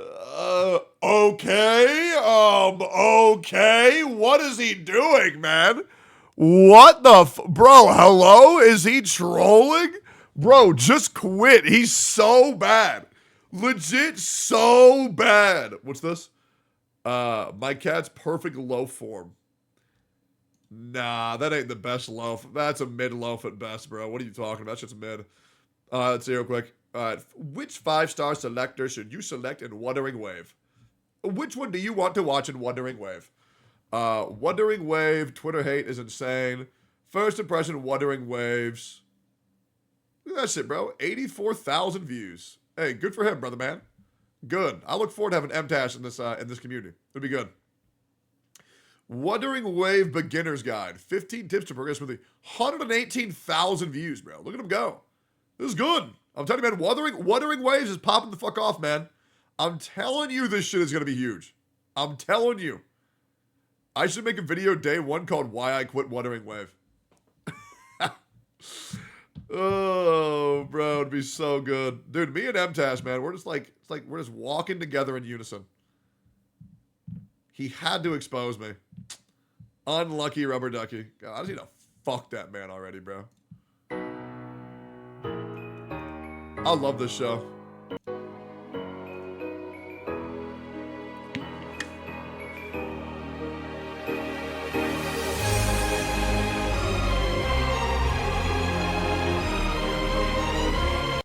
Actually, you know what I need to do? You know what I need to do? I'm gonna make a Reddit post. We need to slap our dick down on the table here real quick. Yeah. We're gonna make a Reddit post. All right, here we go. Create a post. EN live stream thoughts. Why the EN live stream was objectively bad. Cool. We're gonna slap that right here. All right, cool. We're gonna see what Reddit thinks. I want to see what Reddit thinks. I want to see what Wuthering Waves dick riders think. That's what I want to see. I want to see what they think, and I want to see their opinion on my opinion, right? Because obviously, me and Reddit have had some very serious issues already. But I am very curious to see how they defend the live stream. IMB4 banned? Oh, yeah, absolutely. Yeah, we'll see. Yeah. Yep. But we'll see. Because I am very curious what people think. Because I don't think these Redditors understand business perspectives, right? Because they're not businessmen, right? They're just people, right? They're just people. But yeah, that's pretty much how it goes. Rare Techie W incoming. Just stop, okay? Just. Oh my God! Oh my God! Holy God damn! There's already 10 threads about whining about the live stream, though. No, but I've also seen multiple threads saying, it was really good. You're just wrong. Let's see what the Reddit's saying, actually. I'm actually curious. Yang Yang cosplay. Wait, ain't that the chick? Yeah, she fine as fuck. The only digital live stream, count an image without text. Duality of Ian live stream. Ian live stream just ended. I think it was great. I enjoyed watching real people that are just chibi characters not even moving. The last mini game lasted a little too long, so it was hilarious. No, they weren't funny. I actually enjoy the chibis because it's good for pushing. Mods deleted the Reddit thread.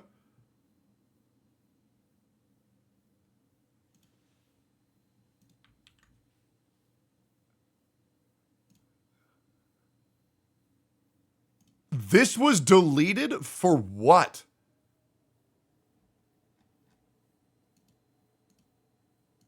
Deleted for what?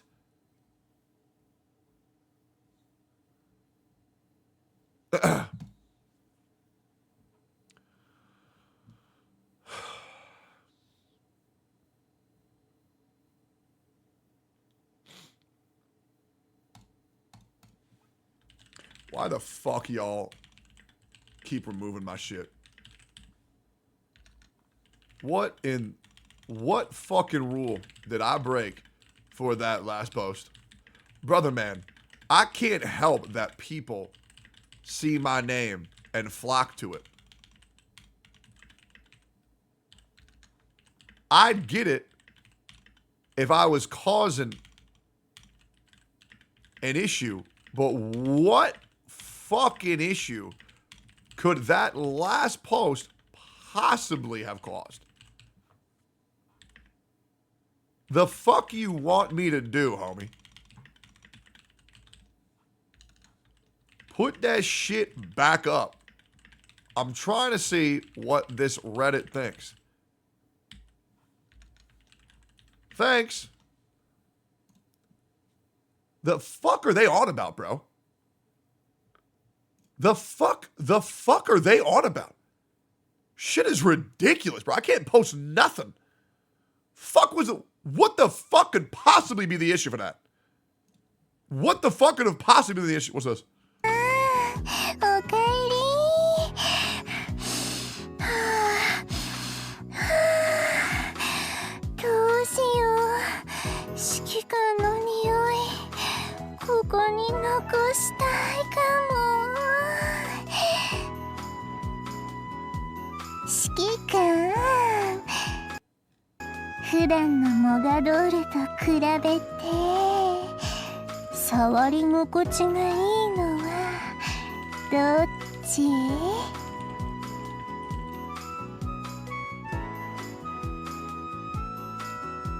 They're starting to piss me off, guys.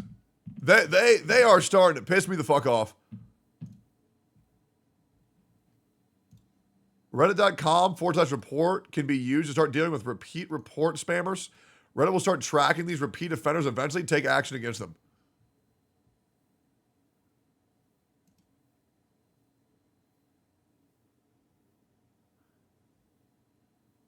Okay, so is this what I do? All right, here we go. So reddit.com/report. Okay. All right. I want to report spam or abuse. Okay. And then I click, okay. All right. So abusive or harassing. Okay. Abusing the report button. Great.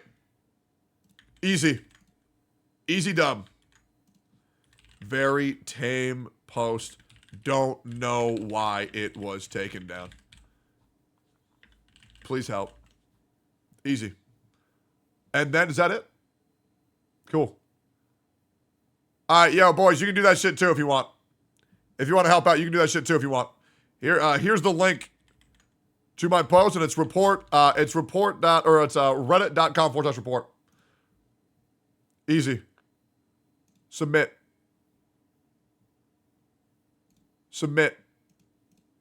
All right, cool. So I'm assuming that's submitted. Good. These people are nuts, man. Funny video. Look at this cat. I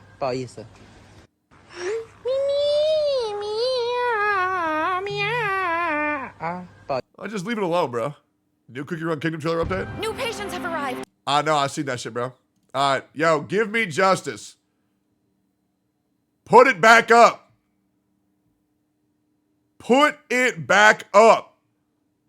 Put my fucking post back up. This shit is pissing me off. The Wuthering Waves experience CBT2. Let's go. We in here. It's time to bring the intro back.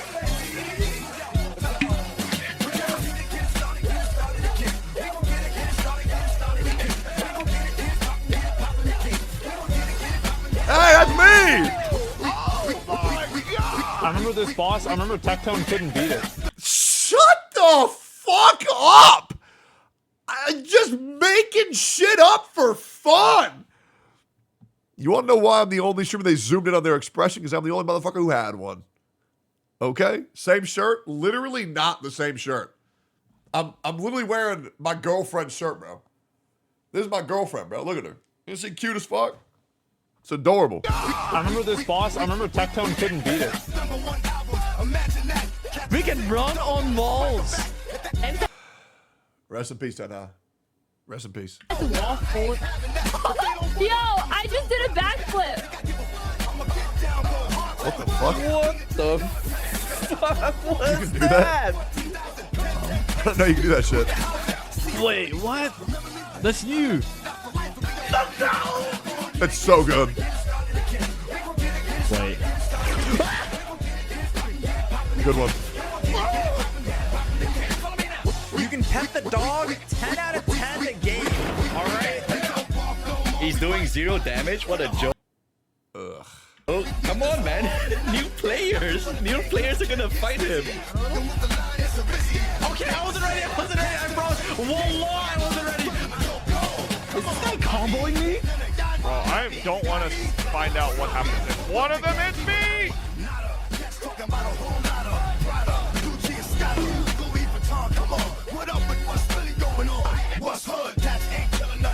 So bad. New players. So bad. Oh, that was nice. Destiny? Bro, that move is fucking nuts. It's so cool. Nice. Who the fuck is that? Why the hell have I not gotten this yet? Let's do it. Did you see what happened? No. Oh, wait, you hold it. Yo, Genshin could never, baby. It really makes me wonder where the fuck this dude gets these reactions from all these people I've never seen before in my entire life. Jesus! Oh my God! He fucking drilled at me. That's fine. It's winnable. Ah! What It's the not fuck? winnable. It's in fact not winnable. Wait, is that real? Ah! What the fuck? Wait, he does the "you shall die." He does the storm is approaching? That's fucking real? What the fuck? Wait, what? Huh? Yeah, maybe it is a good idea that Fob E6 is all of his characters. You know what? Yeah, he's right. Maybe he should max them all out. This beta seems a little too easy. Yeah. Yeah. Tell me I'm not good at perfect dodges in this game. Okay, you're not good at it.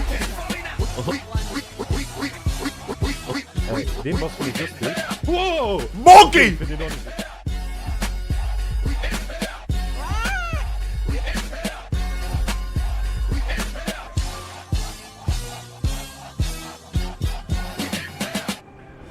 Goddamn, bro. That shit looks murky as fuck. That shit look murky, bro. They need to dust that shit the fuck off. New Azure Lane and Azure Pavilion. Just Last week I did a video on Azure Lane potentially releasing onto PC, onto Steam, having a Nintendo port. This was very big news and was largely influenced, at least in my toned down version of tennis that people in their retirement age would play. Even on the higher end, Tectone said that like he would play this and then get a lot of like 40 or 50-year-old women hitting on him. I feel like, you know, this is like, so like, yeah, if you're a MILF enjoyer, I feel like you should probably learn how to play pickleball. Yeah, he's full of shit. Yeah, he probably is full of shit. He probably didn't even happen. I have vouchers! It was real. Dude, and you know what's crazy? I've never seen them ever again. There were people who saw it. Okay, you can ask Zizix, you can ask Colin, because they were watching from the sidelines. Wow, this bad as fuck 50-year-old Asian woman. Oh my god. Oh my gosh, she was so bad, bro. She was so fucking bad. It was insane. Like, she was rubbing on me, saying, "Oh, so tall, so tall." And I'm like, oh my god. I could die here and be a happy man. Bro, it was awesome. But, no, but, yeah, it's for Elton. Yeah, exactly. Pickleball, lessons, membership fees. Thanks for linking me that, guys. Thanks for linking me that. My opinion, by the development of Azure Premilia, I think recently, due to Azure Premilia and the fact that... Fake story? Okay.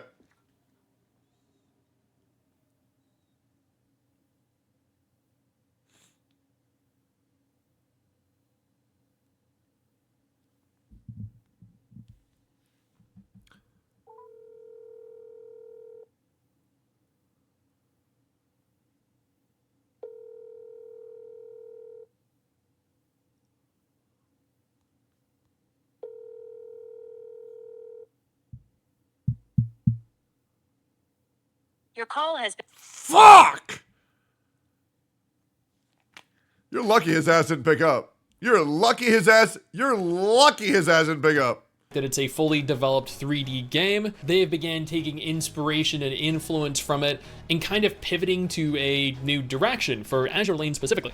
What I mean by that is Azure Lane has teased their new 3D interactive dorm with Ship Girl Sirius. Not just that. They've also teased a brand new game mode featuring their traditional chibi characters, but fully realized in 3D. As you're no doubt aware, Azure Lane is a offer for continuing to exist. Let's have to.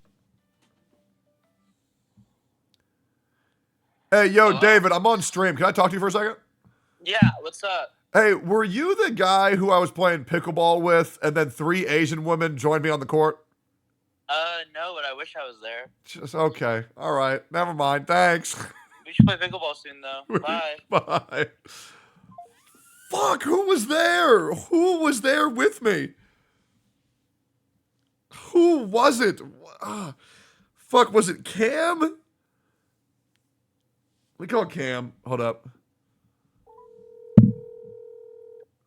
Come on, pick up. Pick up. Pick up. Come on. Hello? Hi, Cam. I'm on stream. Can I ask you a question? Yeah, what's up? Were you the one who was with me that one time I played pickleball and then I got approached by 3 Asian women? Yes, I was. Okay, can you vouch to my chat that we had a 50-year-old Asian baddie on my arm? Oh my god. These women, they were like handcrafted from God. They were perfect. They were so fun. It wasn't just one though. They kind of were all over you. Yeah, but there was only one that I was into though. The other 2 I wasn't really into. Yeah, but they're like, you're so tall. Come play. I told you, bitches! I told you, motherfuckers, it's real. Thank you, Cam. I appreciate you. You're welcome. You're welcome. Bye-bye. Bitch, I told you. Bitch, I told you. Clip that shit. Send that shit to Asmon. I told you that shit's real. Fucking lying motherfuckers. I knew it.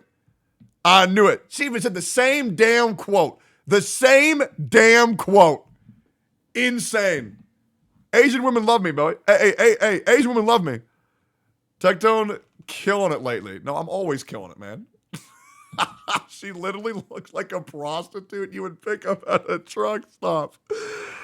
Oh my God. That's an insult to prostitutes and truck stops. Insane. This is unfair. Big Mom was a bae when she was that girl's age.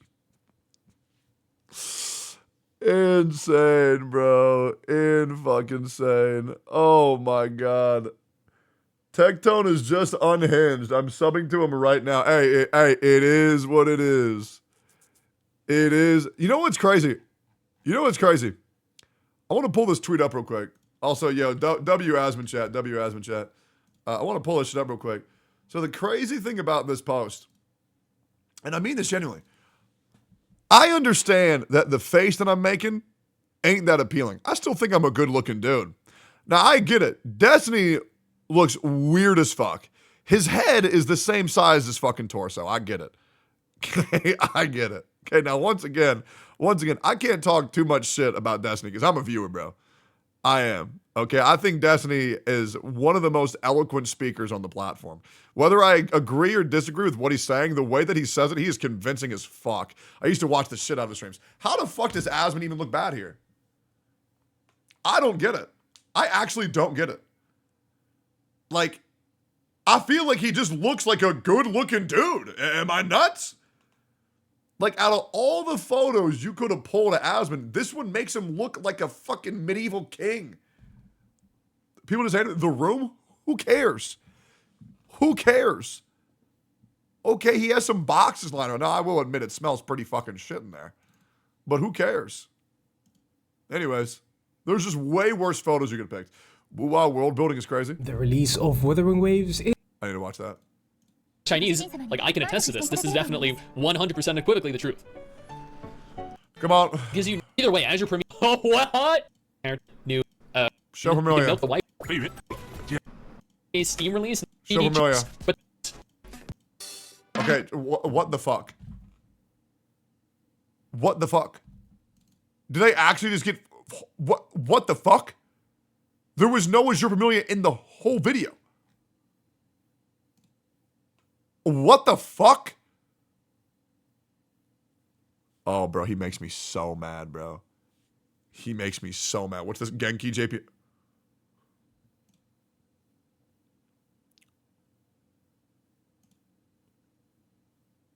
I'll be the judge of this. I'll be the judge of this.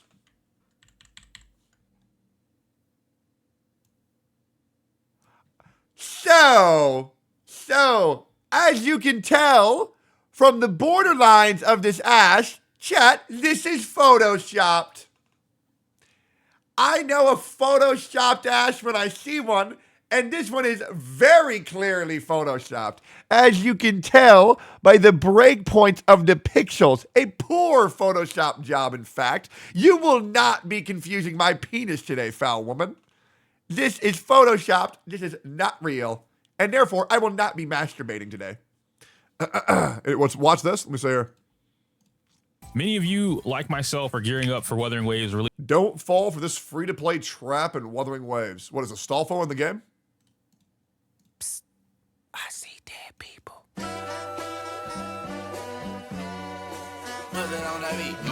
Aye, mustard on the beat, ho, Depot, any rap nigga, he a freak throw, man down, call her Amber Lambs, tell him breathe, bro, nail a nigga to the cross, he walk around like Tizo. What's up with these jabroni ass niggas trying to see Compton? The industry can hate me, fuck them all and they mama. How many options you really got? I mean, it's too many options. I'm finna pass on this body, I'm John Stockton. Beat your ass and hide the Bible if God watching. Sometimes you gotta pop out and show niggas. Certified boogeyman, I'm the one that up to score with him. Walk him down whole time, I know he got some hoe in him. Pole on him, extort shit, bully the flow on him. Say Drake, I hear you like I'm young. You better not ever go to cell block 1. To any bitch that talk to him and they in love, just make sure you hide your little sister from him. They tell me Chubb's the only one that get your hand-me-downs. And party at the party playing with his nose now. And Baka got a weird case, why is he around? Certified lover boy, certified pedophile. Insane line, bro. Insane. All right, let's see what this is.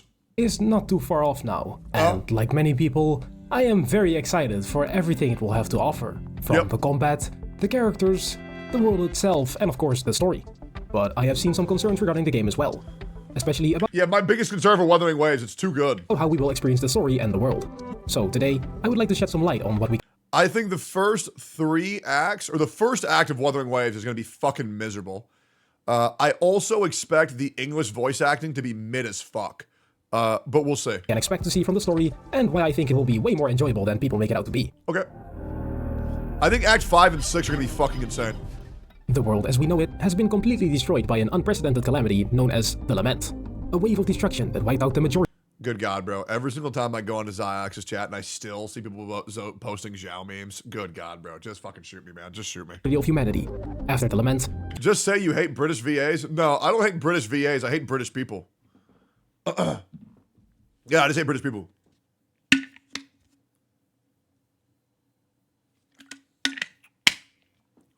True. Humanity retreated into a couple of cities that now serve as a bastion against the monsters and other waveform phenomena outside. The waveform phenomena are anomalies in the world caused by the reverberation of the Lament.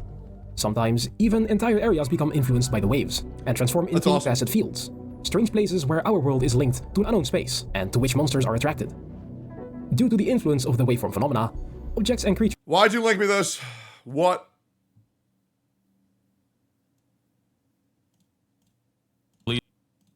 ...are affected and transformed into aggressive and chaotic monsters, aptly named tacit discords. This is where resonators come into the picture. People with the ability to tune and manipulate their own frequency to be able to use special abilities and powers. Thanks to this, resonators are way more powerful than normal humans, and stand a much better chance at survival than others when fighting off the tacit discords.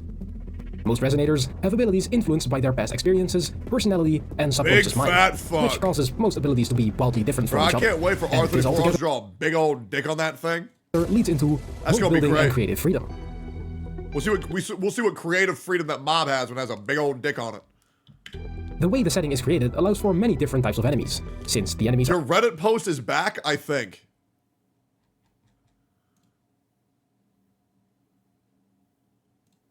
Prove it. Prove it.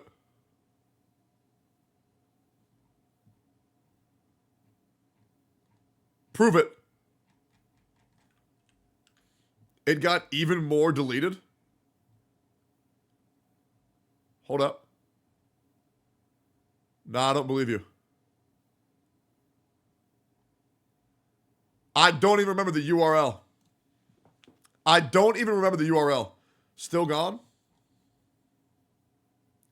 Lying motherfucker, bro. Lying motherfucker, bro. Insane. Insane. Fucking insane liars, bro. Fucking wild. Are influenced by their surroundings and the frequencies they manage to absorb. From humanoids to more animalistic discords, and even objects and vehicles. Since almost anything can become an enemy, the world feels way more hostile and post-apocalyptic.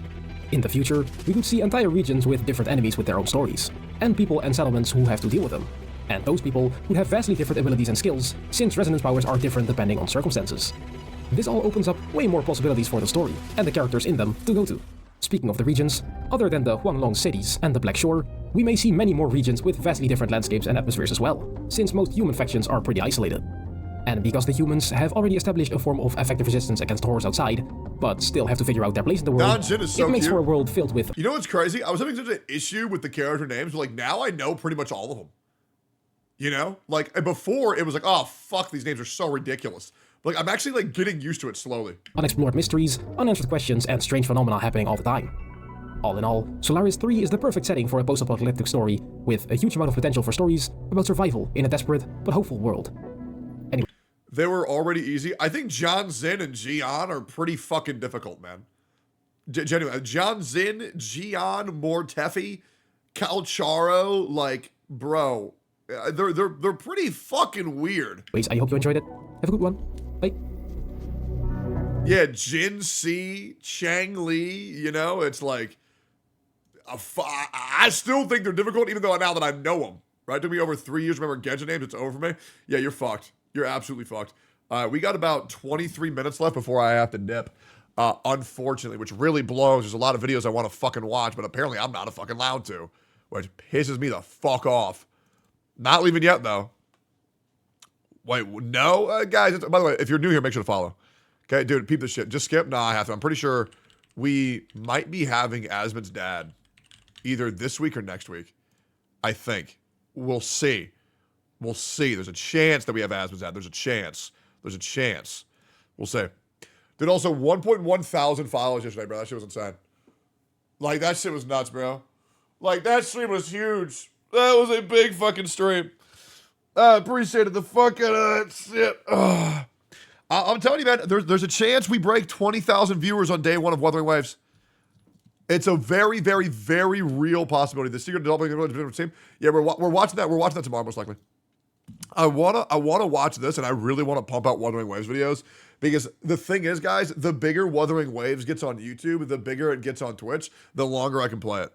You know, so I'm trying my best to bring bodies to this fucking game. You know what I'm saying? Yeah. Let me check something real quick. What?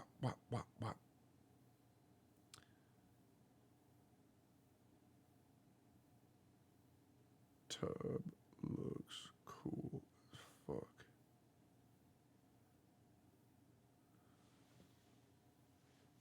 Cool. Let me just ask. Will it fit me at 6'6"? Alright, cool. Wop. Certified lover boy, certified pedophile. Would you like? Oh my god! It's just porn!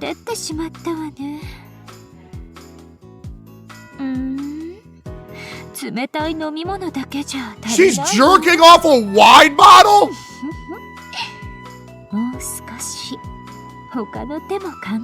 If that shit pops and she covers it with her mouth? Oh fuck, could you imagine? 一緒に浮き輪の上で横になってみない？多分2人でもいけるわよ。それとも指揮官くん、もっとくっついた方がいいかしら？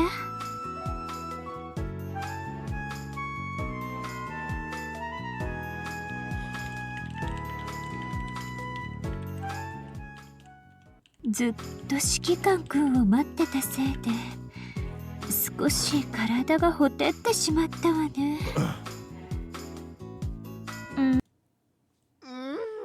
Subarashi. Was this Aether Gazer Ling Blonde? God damn! Holy fuck!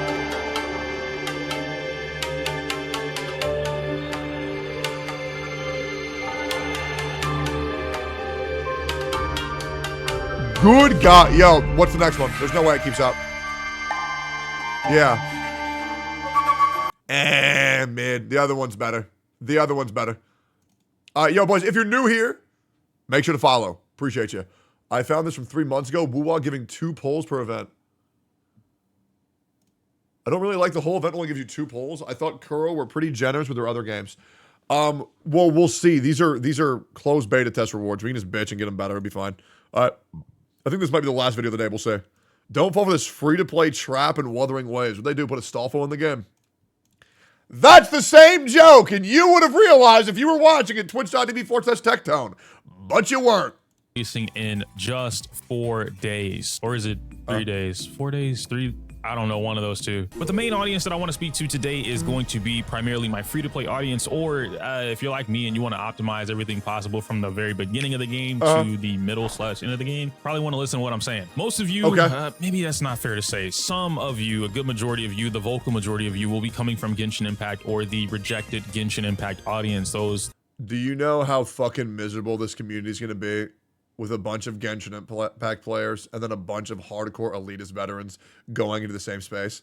I shit you not. There's going to be a civil war for the Wuthering Waves community because it's like the Avengers of shitty people are all gathering to play one game. I can't wait. It's going to be awesome. It's going to be so good. It's going to be so good.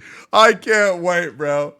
Oh, man. It's going to be free content every fucking day. And you know who they're all going to hate? My ass. And when they bring up my name, ooh, that's a free video.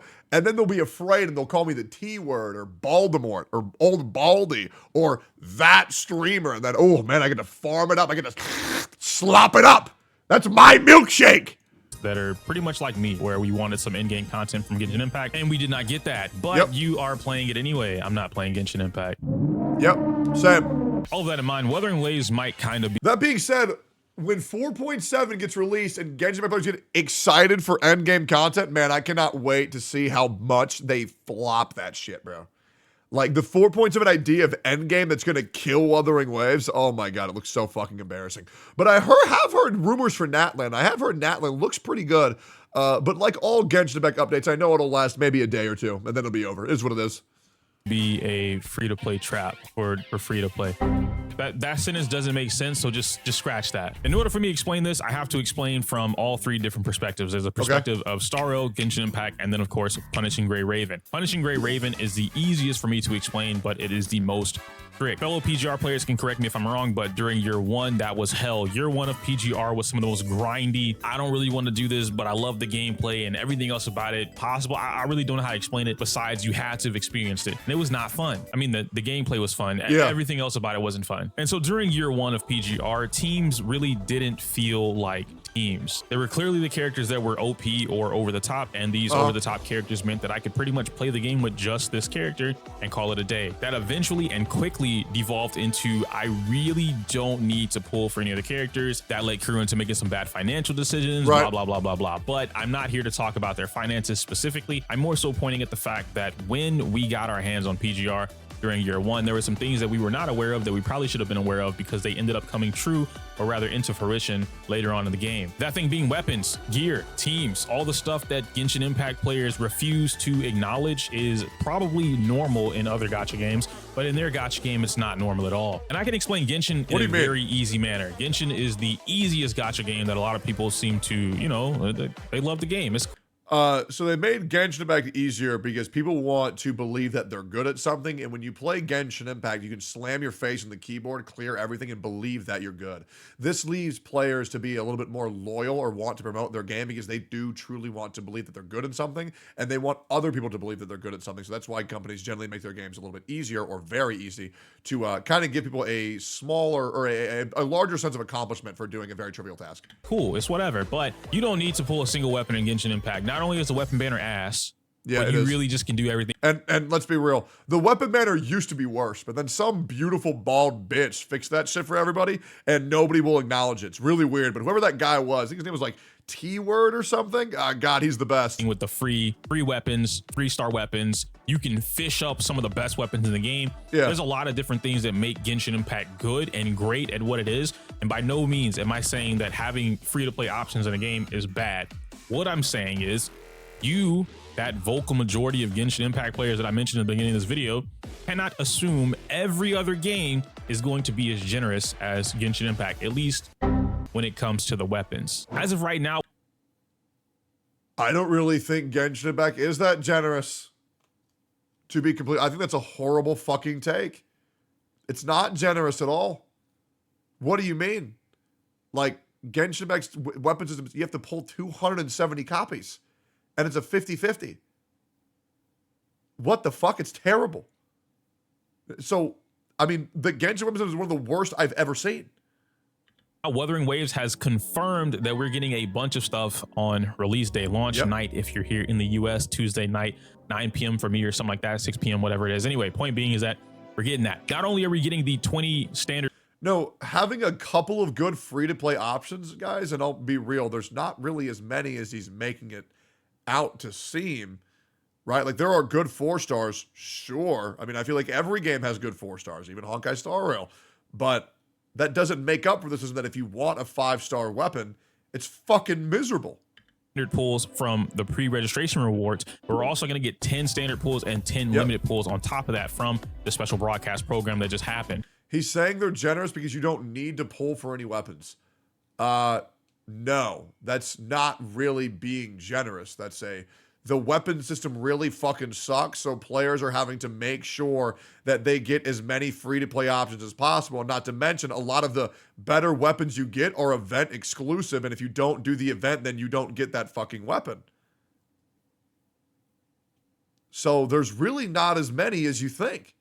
We'll also have a 5-day login bonus giving us more pulls. And whenever you upgrade to, I believe they're going to keep it the same, but Union level 45, you're going to get a free 5-star weapon of your choice. We're getting multiple free 4-star characters, which in this game, similar to the other games, 4 stars pack a lot of punch. And in Wuthering Waves, it is skill over the character most of the time. And for the final comparison, I have Honkai Star Rail, which I am known as the light cone connoisseur, the grandeur of light cones, the promoter, if you will, right? Nobody calls him that. I'm gonna sell you a light. With that in mind, keep that with a grain of salt. I was right. Simple as that. Star Rail had a very important factor, which being the light cones. They gave you certain things in the game that I called out very early on, why these were important. Star Rail has a thing where you can use your jade glitter or star glitter, the currency that you get after summoning for a character, you get dupes. Use that to then buy a standard 5-star light cone or whatever characters that you want. I bought 2 of them. And I mentioned that this would be more important than getting characters. Most of the community did not listen to me, and then they ended up regretting it later on, where they don't have light cone options, or a character like Acheron, for instance, came out and you needed her best light cones, which were Gacha light cones, which means you have to pull on the Gacha light cone banner, because there's no other way for you to get that unless you just get really lucky and you get it from the character banner. Okay, that's also a really bad example because Acheron has Good Night Sleep Well, and it's a really good one, right? And getting that one free to play is actually pretty reasonable if you've played for a good amount of time. I feel like Acheron had great light gun options personally. So Sorrow's kind of in the middle between PGR and Genshin. Good Night Sleep Well is a Gacha light cone? Yeah, I know. It's exactly what I said. Where did I say that it's not a Gacha light cone? I'm saying it's not a 5-star limited Gacha light cone. I feel like Acheron had really good 4-star options. Like really good 4-star options. And it's much easier to get. You said it's free to play. Okay, so let me rephrase that. As a free to play, I have a completed Good Night Sleep Well. I also have 2 S5 Dance Dance Dances. What I'm saying is, if you are a free to play and you are to invest some of your resources into pulling, which I'm assuming you're going to pull eventually, you'll most likely get a good night's sleep. Well, at least one copy. At least one. Genshin Impact. And I feel like Wuthering Waves is going to sit right there in the middle between Star Rail and PGR. So Genshin's just gone out of the window at this point, right? And the reason that I say that is simply because Wuthering Waves makes every point clear for you to get any weapon that you want, a limited weapon or standard weapon, whatever the case may be. They also make it very clear that you don't have to stress about building. You have the gem gods. I've had the gem gods for the past 2 weeks, right? Before then, I did not have the gem gods, right? So that argument doesn't invalidate the over 1 year that I was free to play in Honkai Star Rail, right? And if you are to spend your resources properly, then great. My opinion. Building up multiple gear sets, or at least not. What I'm saying is I feel like there are other characters he could have brought up that didn't have as good light cone options for free to plays, right? Like a character that really needs their light cone to shine, right? I feel like Acheron isn't a character that needed her light cone to shine. I feel like Acheron is broken with or without her signature light cone. You know, like for example, like I feel like Jingliu doesn't really have that many good light cone options or Topaz. Right now. In Tower of Adversity, I can't say this word, Tower of Adversity, in Tower of Adversity. Thank you, fuck. Something that I have not seen any gacha game. My Jingliu was fine without her light cone. Yeah, okay, so here's the thing. So Acheron with her S1 of her light cone versus S5 of Goodnight Sleep Well is pretty much identical. Jingliu has good options, but if she has her light cone, the damage is still night and day by at least by about 13 to 20% damage. Game, due to my knowledge, is going to allow you to swap. No, it's not. There was literally multiple tests done with that. Okay, let's pull it up. Acheron, Goodnight Sleep Well versus Signature. Let's pull it up. Okay, let's pull it up. How much damage difference between 329,000 damage compared to 311,000 damage.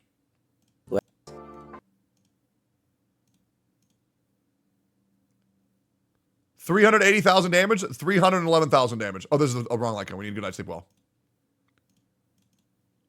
Just keep going. Signature gives you more stacks, so it's 330 versus 380. So there you go. It's really not that big of a difference for the alt. It's really not that big of a difference. You get alt faster with Signature Light Cone.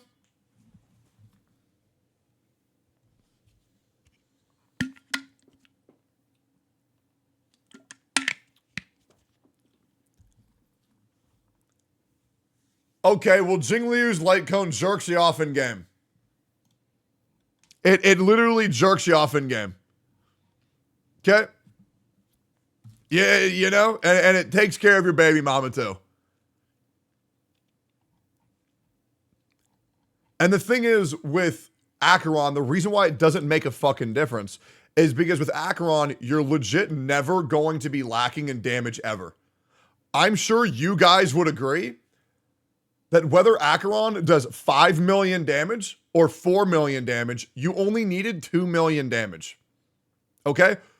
However, with Jingliu, her power level is far below Acheron. And Jingliu, and I'm going to just keep it a buck, Jingliu has fallen off drastically when compared to the power state of Acheron. And that's why a character like her would really want her signature light cone and not the bootleg options, because then when you're missing 20% for Jingliu, it's going to be really difficult. When you're missing 20% for Acheron, you're still going to clear the content. And that's the difference. So you can disagree with that, but you would be wrong if you disagreed with that. So hopefully that makes sense. There is no way he says that Jingliu lacks damage. Okay, so let me tell you why Jingliu lacks damage. Okay, so when Gepard first came out as a boss, he had 500,000 HP. When Gepard was released in the new MOC, he now has 1.1 million HP. Enemies are getting much harder. Enemies are getting much harder. And Jingliu's damage does not scale up to where it needs to be, when compared to newer characters like Acheron. So, Acheron is now the new golden standard. She is now the new main DPS. And Jing Liu, when you compare her damage to Acheron's, is very underwhelming. Especially considering that Jing Liu, outside of her empowered state, feels like dog shit. Whereas Acheron always feels good. Acheron has more team synergy, she has more damage output, and she's also easier to build around with easier characters. Whereas Jing Liu relies on way too much bullshit. And guys, this is coming from the guy who has Jing Liu with her signature light cone. So we can sit here and throw a temper tantrum all day, or you can just go ahead and say, oh, you know what, you're right. Gear sets in between cycles. Dumbass. You're basically going to have 3 teams. You need 3 fully built teams, or at least mostly built teams within this tower, the in-game mode, in order to successfully go through the entire thing. So think of Spiral Abyss, but instead of 2 teams, you need 3 teams. Or if you're from Star Rail, think of MOC, but instead of 2 teams, you need 3 teams. Now you add another stipulation on top of that. The next stipulation is going to be the fact that you have a... No, she's easy to build. What do you mean? Okay. All right, let's get into it. All right, so Acheron can be used with multiple free-to-play options. It's very easy. You can use it with Gweniphan and Pela, and then you pretty much have her at max potential, okay? Use Acheron with 2 free-to-plays or 2 free-to-play dot characters, you're good to go. You're fine, you're good, okay? Jing Liu without Bronya or without a Sparkle feels fucking miserable. One guy? Okay, guys, then if you see the one guy, tell him to fucking kill himself. Because the chat's going to be derailed unless you guys bully these dumb fucks who keep on saying I'm wrong. Okay? So there's a character that you can use very easily with 4 stars, or there's a character that you can use if you have another 5-star. So obviously, Acheron is much easier to use for free-to-plays, considering that she has easier to get 4-star options that, yes, are from the gacha, but they're 4 stars, not 5 stars. Or you have Jing Liu that really wants her light cone and really wants another 5-star to use with her. And that's why Acheron does more damage and she's easy to build, and that's why she's the #1 free-to-play friendly damage dealer in the entire game. Hoping that makes sense. Point system, which is similar to PGR's point system, if I'm not mistaken, where you can only use X character throughout this entire in-game mode during that one session that you have. You can use this character X amount of times. Maybe the point system is capped at 2 or 3, which means you can only use this character in succession 2 times or 3 times, whatever the case may be. I'll know more about that once we get Tower of Adversity in our hands, and I can fully go over that. And the reason I say that is because it could have changed from CBT2 to release. So until that happens, I'm not going to make any definite claims on this particular change. But we do have the confirmation of the weapon banner. We have the confirmation of the character banner, the weapon selector, character selector, all the pulls that we're going to be getting, and the free characters. Every system that exists in Honkai Star Rail and Genshin Impact, Wuthering Waves has improved upon them both. Instead of 90 pity, it's 80. Instead of having to go twice to hard pity for a weapon, you only have to go once. Everything about this game, as far as the summons go, is superior to Genshin Impact, 1,000,000%. I don't really feel the need to bring up Honkai Star Rail because Wuthering Waves and Honkai Star Rail are very different games. They're really not competing as much. This game is competing against Zenless Zone Zero and Genshin Impact. That we're going to be getting in Wuthering Waves. But do you know the soft pity? The soft pity for Wuthering Waves, I believe, is 69. I believe. We not only have the same thing as the Star Glitter to allow us to choose a standard 5-star weapon, but we also have that ability. It's 69 or 64. It's one of them. To pick up Eidolons or constellations in this game. I believe they're called sequences, but you have the ability to pick up copies of whatever character that you want, limited or standard. Limited, of course, is going to be during the limited banner, which is huge for a game like this. In PGR, duplicates of a character really help complete a character, and in some situations make a character go from what would have been decent or standard to leagues beyond better. On the other end of that, some characters are just not usable unless you have a certain amount of dupes. I don't believe Wuthering Waves is going to follow this path exactly, but the fact that they allow us to do that and it's in the game does mean something. A very key rule that I like to go by is that Toyo is smart.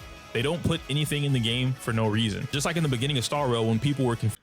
I really don't think any characters are going to be required to have it higher, whatever it's called, constellation, upgraded ascension ranks.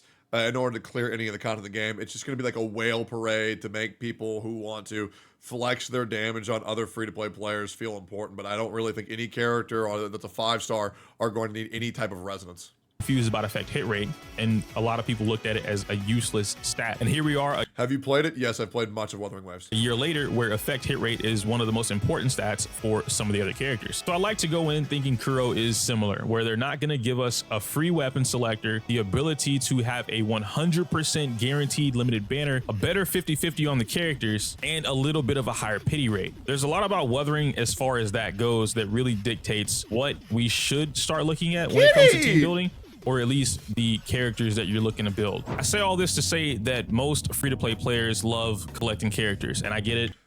I don't really think there's any deeper meaning for being overloaded with rewards on launch other than Kuro Games is well aware that they have to do everything Genshin Impact is doing but better, or no one's going to play their game.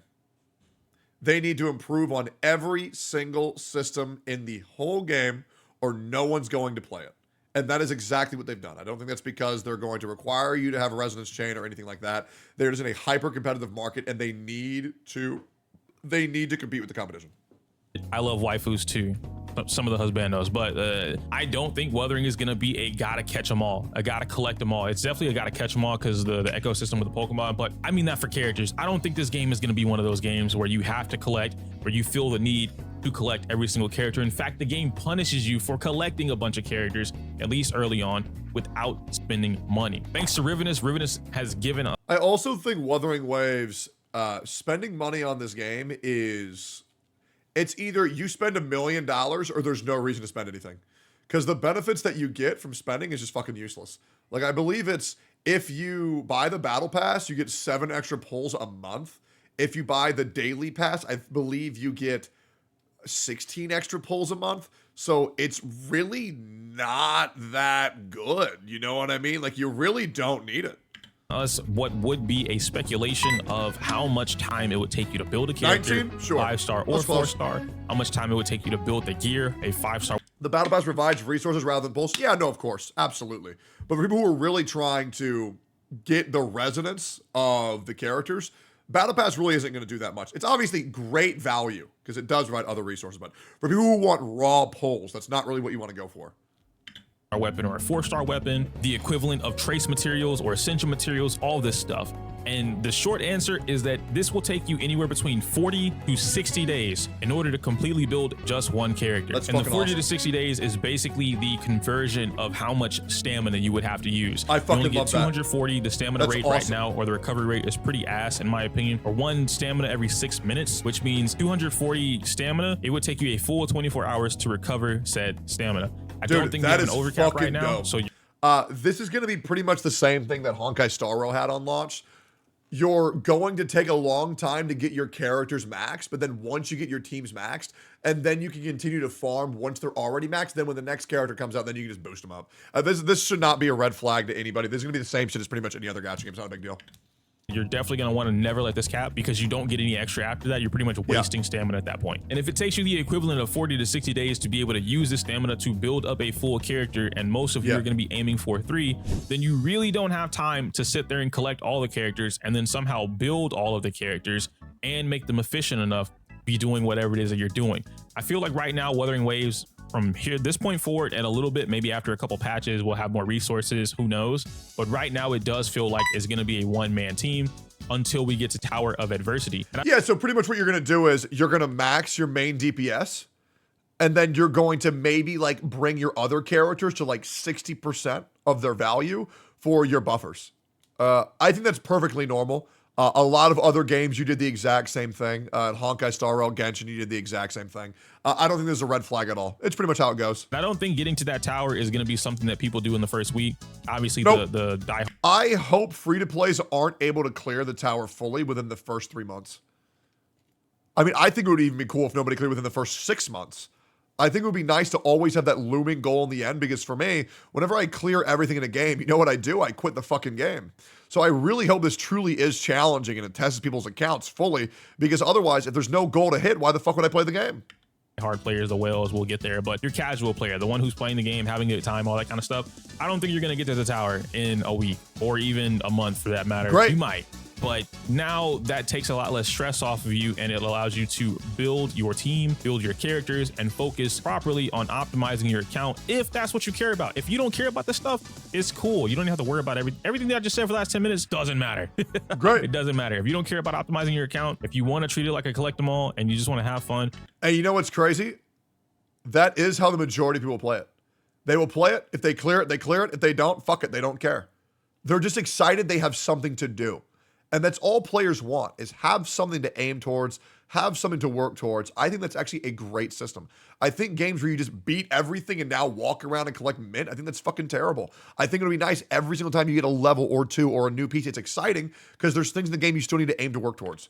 You can do that. But if you're looking at this and you don't want to waste resources, you don't want to be in that situation where it's like, dang, I have a bunch of level 40 characters. I can't take anyone to level 70. What do I do? How do I get more resources? And you unfortunately find out it's going to take you 2 to 3 months to get these resources to take that one character from level 40 to level 90 or level 70, whatever it is that you're aiming for. You might drop the game. I've been there plenty of times. I turn on Genshin, I turn it back off. As soon as I realize that I have to go grind for something and it's split between days and weeks and whatever else, I turn the game off and I go play Elden Ring. I got the katana and it's sick as fuck. Too bad I couldn't actually use it because it required 23 fucking intelligence. Now I ain't fight that flaming. Finally, I want to end this video off by letting you guys know that you don't have to stress about whatever 5-star you're looking for. We have confirmation of this thanks to the live stream that just happened with basically 35 pools. By the time you get to level 5, you will have 35 standard pools blessed into your account. You get the other 5 from hitting level 5, something like that. So you'll have 35. The pity banner, the beginner banner, is 50 pools total, but it's at a reduced rate, which basically means 40 pools. These 40 pools means that once you hit 40 pools, you'll be able to get your 5-star. Even if you had the worst of luck like myself, you're gonna get it at the 5 or the 40th pool, you'll get your 5-star. Now here's the thing that I recommend, and I'll have my own, I'm gonna have a whole reroll guide coming out right before the game comes out. Careful with rerolling, it can really kill the fun of the game for you, but it is good if you really want to save money and get everything you want. Being is that I recommend you grab or aim for your DPS character out of that beginner banner. Get your 3 DPS, those are fucking paramount. I know people are gonna tell you go for Verena. Don't do Verena. The reason I'm telling you don't do Verena is because you could get your DPS character from the beginner pity, have as much fun as you want, because damage is fun. And Verena really doesn't pop off till late game. And Verena doesn't do shit unless she has a character to support, right? So it's like either have a main DPS that can do damage by itself, or get a really good support character that supports your Baizi to do damage. No, it's fucking pointless. Always get your DPS first. Actively playing with your main driver, your main DPS. So of course they're gonna have the most field time. Verena will not have the most field time. And yeah, she'll help you with your 4-star characters, but why not just grab Verena from the 80 pity that's gonna take you that 30 or 40 days to get to the 80 pity if you're the most unlucky, like me. And then you could just pick up Verena on top of your main DPS character that you already have. By this point, you would have already had limited banner pools and you would have been able to get a limited character or at least hit pity for one of the limited banners and then grab Yinlin or Caltro, whatever it is that you're aiming for in the beginning. Or you can save up for the next character. And I would tell you guys to save up for the limited banner on the weapon and then just grab that for your main DPS if you plan on getting Jian or Yinlin. But I know that's a really hot take for the Gacha community and you guys just are not used to pulling on weapon banners like the PGR community is. So I'm gonna leave that for another video. I really don't think pulling on weapon banners is taboo as EO might think it is. I feel like people are pretty reasonable about it if they're ensured that the character can't be power crept for the foreseeable future and they get at least 6 months of optimal play. I really don't think it's that big. Moral of this story, have fun, but be smart about it. Guys, if you enjoyed today. Let me rephrase that. At least my chat's not taboo about it. So the reasonable people. But the other thing is this community is filled with irrational people. So who gives a fuck what they think? This video, do leave a like, comment down below. I thought it was a great video. I thought it was compelling as shit. A lot of things I agree with, a lot of things I disagree with, but that's why I like EO. You know, he just gives his take and then it is what it is. Yeah, I mean, I 100% agree. Great fucking video. Great dude. Go like, comment, subscribe to him. And Wuthering Waves. May 22nd, boys. I will be there. Will you? Fuck yeah, man. Great fucking stream today, actually. God damn. Hey, boys. It's been fun. I'll catch y'all motherfuckers later, okay? Love you. Appreciate you. See y'all soon. Okay, be back again tomorrow. I gotta go do steak and eggs. I think I'm doing 3 Steak and Ends episodes today, which is wild. Fucking wild. See you all when I see you all. Thank you for chilling here. Hope you all had a wonderful day. Hope you all had a wonderful night. And I will see you around. Peace, fellas. Go say yo to Shy Lily for me. Whatever you do, do not subscribe to Mr. Pokey. Let his subathon end. And I will see y'all motherfuckers in a little bit. All right, catch you tomorrow. Peace, boys.